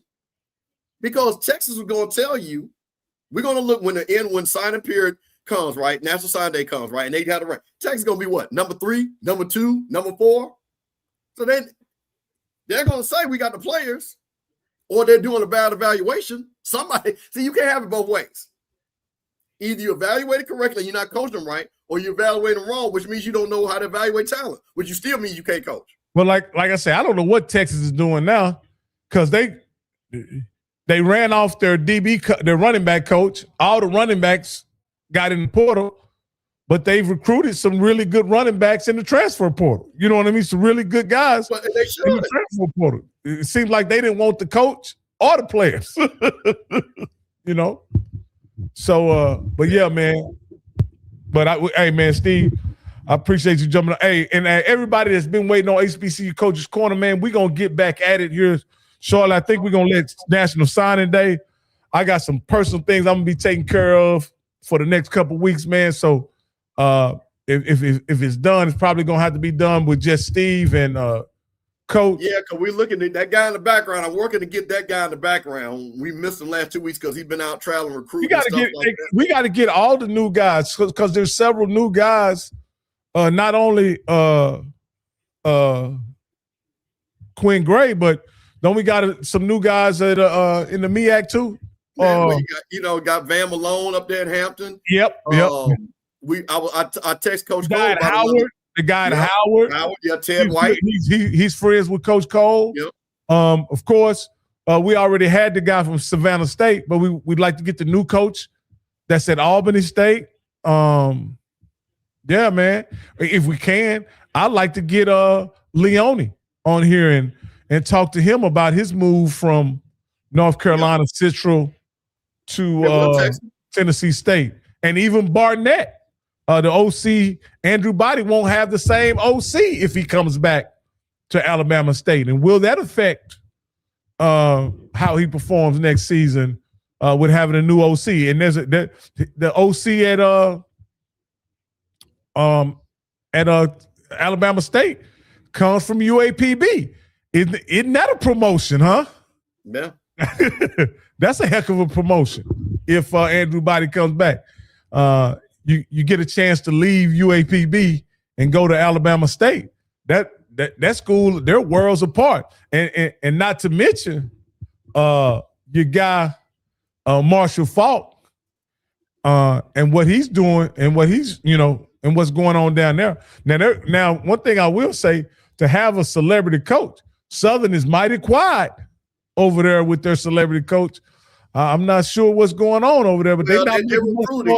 He ain't all in the videos and all that stuff. They're recruiting. I will say this: I follow Southern's recruiting. They're recruiting people. And guys, I think what we're going to definitely do is I might jump back on this week. Some of these schedules are getting dropped. We'll see if I can catch Perry and if Rocky, be able to talk about some of these schedules that are being dropped, because this is a big Emmett. Thank you, Emmett, because this is huge right here. And this comes, and FAMU's playing Tennessee State at FAMU. Is there anybody with a better schedule than Tennessee State? Well, let me say who they're playing. It's funny. I won't say anybody better, but for Tennessee State, this is a necessary schedule for them, for their fan base, because they're getting all the traditional power that they're used to playing, and they've got them on the schedule. You're talking about Jackson State now. You're talking about Tennessee State. They're playing Alabama A&M. I think they're playing. Did they start a deal with Howard? Were they playing Howard too? Let me see. I just saw Tennessee State schedule. Hold on one second before we just leave here. No. Hey, and also while you're looking that up, I want to send a shout out because over the holidays I was able to go over to Tarleton State and watch FAMU men's basketball team play. They lost that game, but I did see some potential, man, and FAMU is in first place in men's basketball, man. Not tonight, because we lost to those dang Tigers by 1 point. But shout out to Coach Charlie Ward. Coach Charlie Ward is building something down there. We had a really good shout out. We beat Grambling. See, we beat Grambling behind. Matter of fact, we beat Grambling behind so bad, Coach Query crashed out. Talking about his mind wasn't right. See, we don't play that. See, go on down there. We try to tell you. So you mean Jackson State, after getting beat by 50, they came back and beat by 1 point. In the last, we missed the last second shot to win the game. Y'all done that a few times this year. No, the girls have, the boys been rolling. We won a 5-game winning streak. No, what I'm saying is I think y'all lost a close game to somebody else like that. Was it Bethune? Maybe not. Bethune-Cookman. Yeah, Bethune-Cookman. Yep. But yeah, I'm real quick. I'm going to just share this real quick because I just think this is just kind of, I got Tennessee State schedule up here.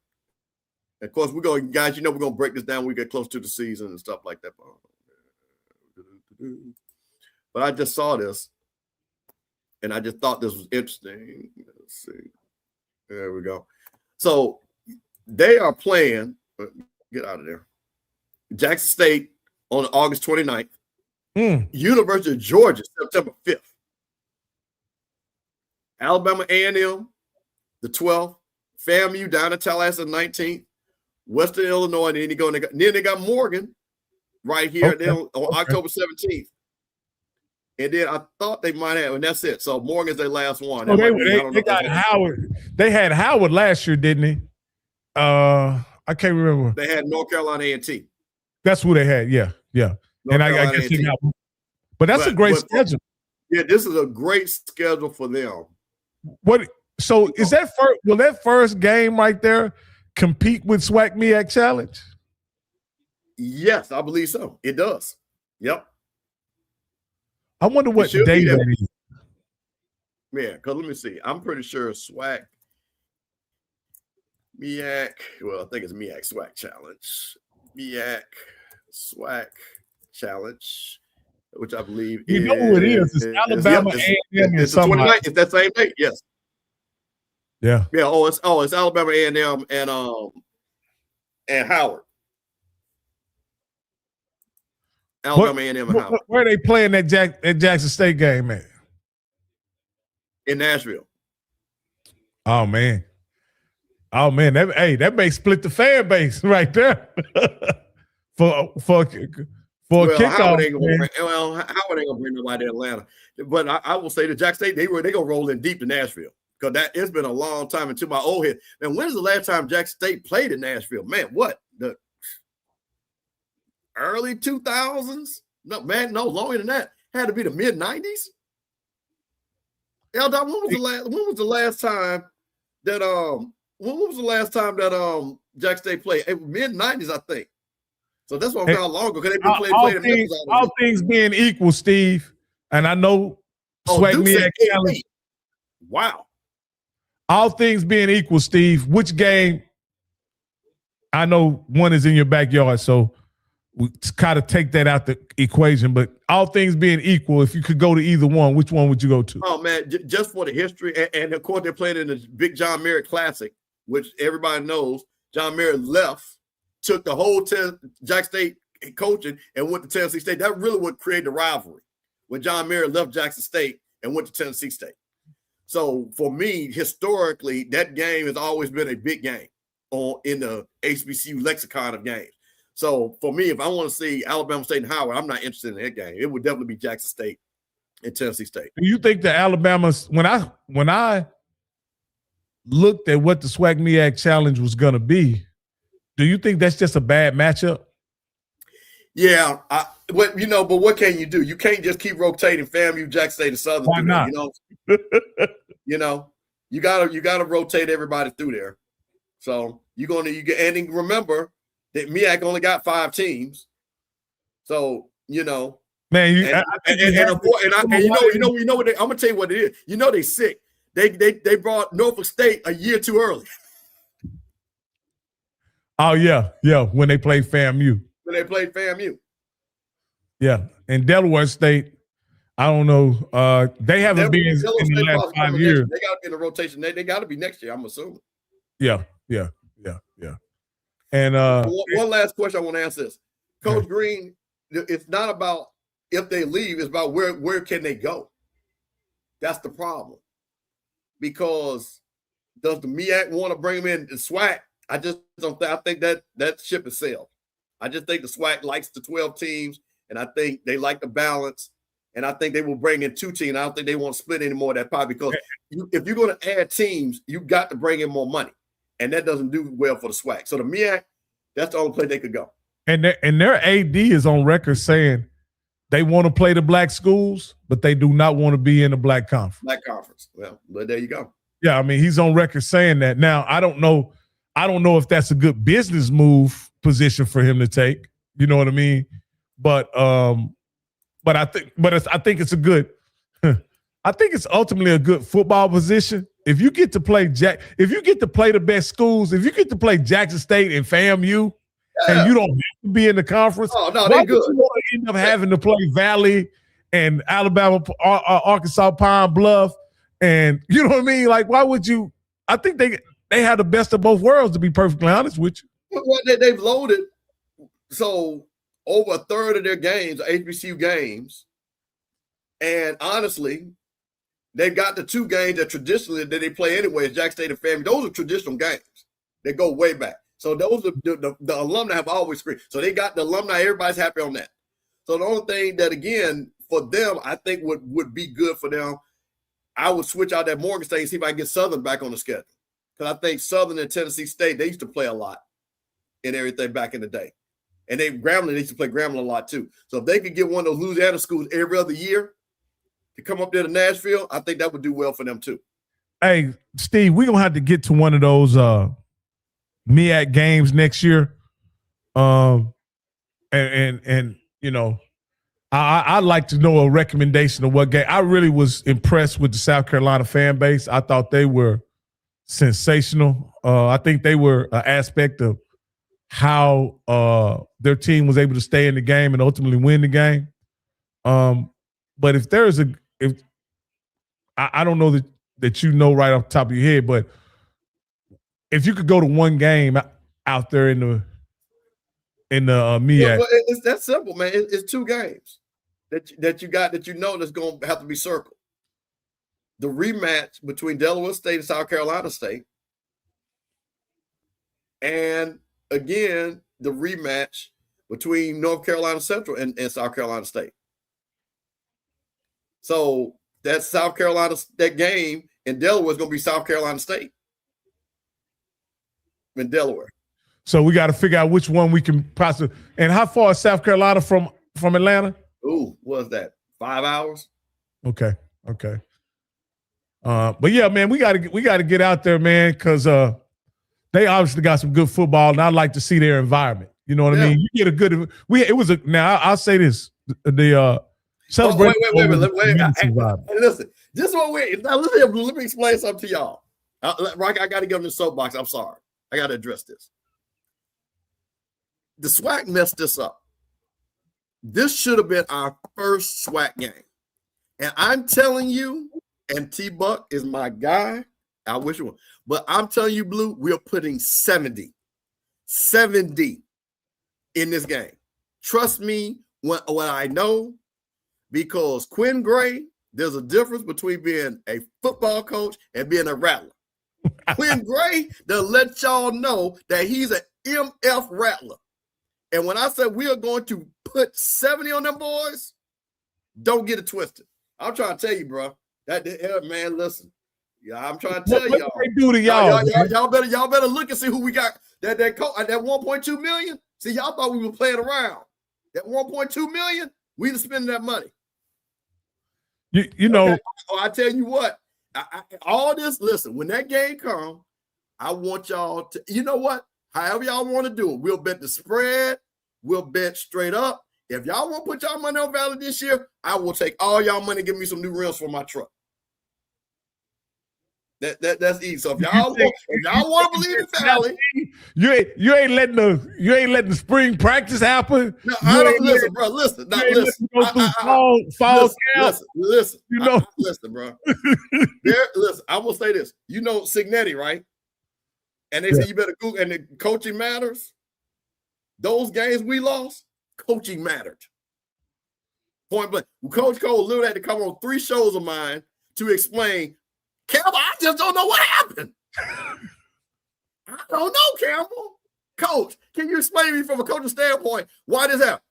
Coach, I'm just telling you, I just don't know. We're not going to hear none of that this year. We're not going to hear none of that this year. I'm trying to tell you, we ain't going to hear none of that. So like I say, hey, man, I like the fact that this is even a discussion. This is the level of disrespect that FAMU folks are not going to have no more. The fact that people in this chat are even joking like this, Rocky. So that's why, listen, I told Quinn, I said, Quinn, listen, I tell you what, when he come on the show, I'm going to say, listen, now, you know me, because I'm going to say this, and I'm sorry, Rocky, I'm going along, but I got to put this. Go ahead, man. Everybody know, man, I don't care nothing about that Bethune Cookman game. We should beat Bethune. Honestly, we should beat Bethune. I told everybody, that game we got to win, and to beat Jackson State. But this Valley game now, we can't play with this right here. 70. So cannons, we bring the cannon back. So Steve, y'all play Valley on November 14th. Let me say this, Steve. This is the reason why I want that game. But see, you know, Rocky, that's why I want this game at the beginning. If y'all really want Valley, it don't matter when y'all get them. If y'all really want Valley. Hopefully, Steve, I'm really hoping that the game will mean something for somebody. Well, that's why I want the game to be up front, because Valley, you know what's going to happen. Valley going to be, well, you know what? Let me say this. T-Buck, wait a minute, hold on. You know what? See, now we're going off, but I got to say this, because I actually talked to somebody from the Valley staff, and we were talking about something. I think people need to understand how much talent Valley had that they coach those guys up. Well, they got kids going to Oklahoma, and kids transfer. That means they coach these kids up. So to your point, and this is what I've always believed in T-Buck. When he came on the show and said FBI football intelligence, you can see that he's coaching the kids up. So I believe in that. So do I believe they'll be 0 something coming in like they damn near were when we played them? No, I think they'll win a couple games. But with that being said, 70. 70. Yeah. Oh, hey, listen, bro, listen. Y'all don't understand the pain that Coach Coles, I hate to say his name, has caused the family face. That this is a joke now, right? That the fact that you even said that this game gonna mean something. No, Steve. I'm just simply saying. First off, Steve, y'all, that game in 2024, that broke that streak. You can't get that one back, Steve. It's gone. No. You can't get it back. But no. I'm not trying to get it back. So no. So my point of it is now to start a new streak, and you start a new streak with 70-0. Let's start that streak. And let's end all that talk. 70. And nothing less. Nothing less. And y'all beat Valley at home, right? We beat Valley so we've been so we've been in the first 3 years with no problem. Well, one of the years was actually kind of tough. I'm not gonna lie. But no, I'm just saying y'all beat them last year, didn't you? No, we lost to them in Valley. That's why Cozy got fired. Cozy got fired because of that game. I thought he got fired because of Bethune game. No. Remember? Oh, yeah, that's right. That game was got canceled and the game happened. So he should have gotten fired, maybe, because of the Bethune game. And let him slide. But let me tell you something real quick, and I got to tell everybody this. So, we lose to Bethune, right? And everybody like, well, he got one more year. That, don't want to pay the payout and everything. Now, we got a new president, you know what I'm saying? She really don't know what's going on. She found out real quick what it meant to be a rally when she got her ass on that plane coming back to Tallahassee, and all them old alumni like, he got to go right now when he lost the Valley. She didn't even know what Mississippi Valley was until she found out that weekend. And after that, his door was shut and packed up. That U-Haul was there. So y'all just waited a while. Y'all just waited a few days to announce it, huh? When that thing hit 0, I don't even know if he made it back. I don't know if he rode the bus back. All I know is his key card 2 days later didn't work.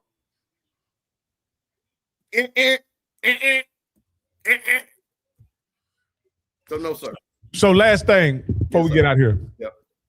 With all the turmoil that FAMU has been through the last, I'll say 3 years. Schools. I'm sorry, man. The 6 schools. I'm sorry. 5 schools, 6 schools. The last 3 years, all the turmoil that FAMU athletics has been through, FAMU and FAMU athletics has been through. Where are y'all now?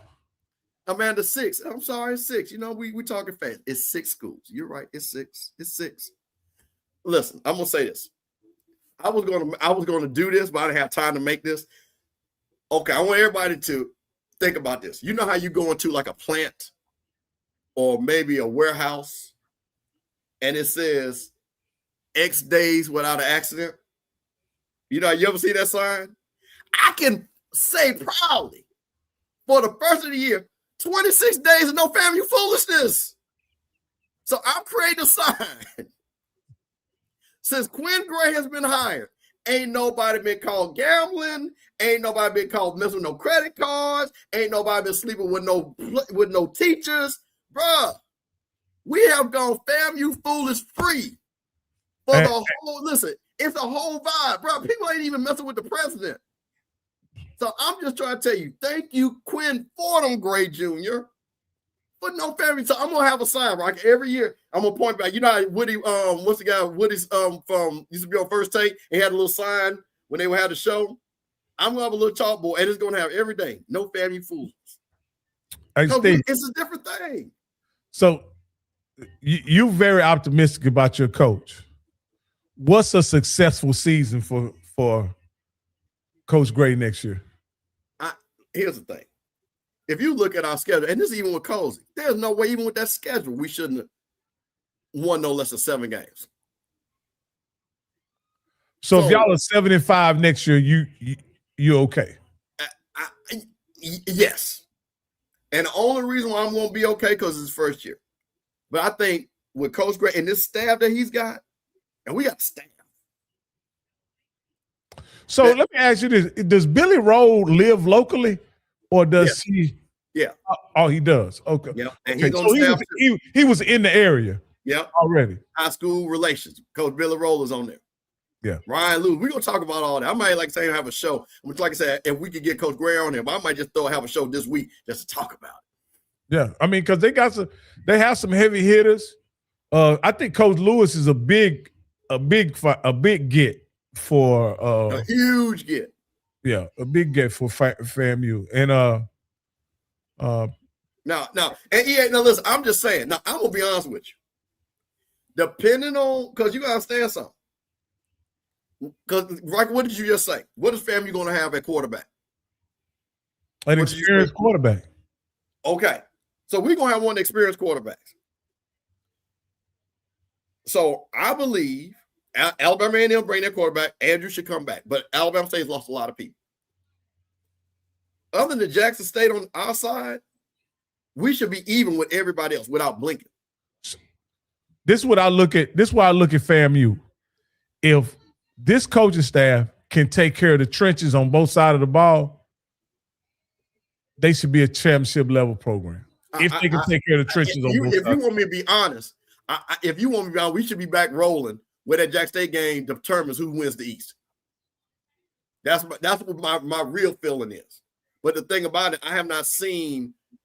What I would like to see is more of what we're doing offensive line recruiting. I know they're still recruiting guys and stuff like that and everything, which is crazy because the portal classes start. I don't know how that's working out. But the thing about it, what is our offensive line going to look like? I don't know. I can't answer that yet because I haven't even seen it. I don't know what the depth chart looks like. And even with the defensive line, I know some of the guys came back. How many guys did he bring from Albany? See, that's what I'm saying. And I got to look because let me say this. I have them listed. I don't have them right off the top of my head. But I know he's bringing a tight end, the quarterback, a defensive back, and a wide receiver. I know those 4. Okay. Yeah. The thing about it is I don't know if we recruited heavily enough on the offensive and defensive lines to be where we need to be at this year. Because to be honest with you, y'all had a lot of guys returning on your offensive line for sure. Like a lot of they're all gone now. They're all leaving. Oh, they in the port. All those guys, those guys are gone. And then the guy that was a freshman All-American, that guy, he got in the transfer. I think he's at North Texas State now. Oh, okay. Because y'all had y'all center coming back. Y'all had, when I looked at it, y'all had quite a few linemen coming back, but I guess they're gone. They're gone. Hey, man, well, like I say, if y'all can get y'all D-line and O-line right, man, y'all should, because y'all going to have Florida, y'all in Florida, y'all going to have skill players. And man, listen, I'm going to say this again. We lost the Bethune-Cookman game coaching. We lost the Valley game coaching. We lost the Howard game coaching. So if Quinn Gray coached that team, we would have won 8 games. Because it was coaching. It wasn't because we got out physical or anything. It was coaching. We lost all 3 of those games on the last play of the game. And then RJ Johnson obviously was highly thought of because he got him another gig. Well, now I was shocked by that. He's going to Massachusetts, but guess what? After that, Massachusetts brought the kid back that was the player of the year from Massachusetts from Virginia Tech. So I don't think he's playing. But he found him somewhere to go, though. He did. He was an FBS guy and went back FBS. So, So I mean, you can't knock that, man. Hey, but Steve, man, I had a great time. Yeah, man. Brother. I know this was not planned. I appreciate you cooperating. Yeah, man. Get on here and talk about that one-time All-Pro. I mean, that one-time Pro Bowl quarterback for the Cleveland Browns. Your favorite player. Quarterback. They can quit saying Shedeur Sanders 5th-round quarterback. They can start saying Shedeur Sanders Pro Bowl quarterback. That's what they can start saying from now on, man. Much love. One last thing, Rocky. One last thing. Hey, guys, I might be on Wednesday night. I might do a double stream because we will be talking about the family culture. So actually, I might be streaming on the Rocky Miller channel and on the Off Script channel just to get us some views and get people because, and we might stay on afterwards and, do our talk. So just let you know, be on the lookout for that on Wednesday. All right, man. Hey, and I appreciate my man Al calling in, man. Yeah. Hey, I got the number at the bottom. So in the future, more y'all can call in, man. Much love, everybody. And all right, thanks, guys.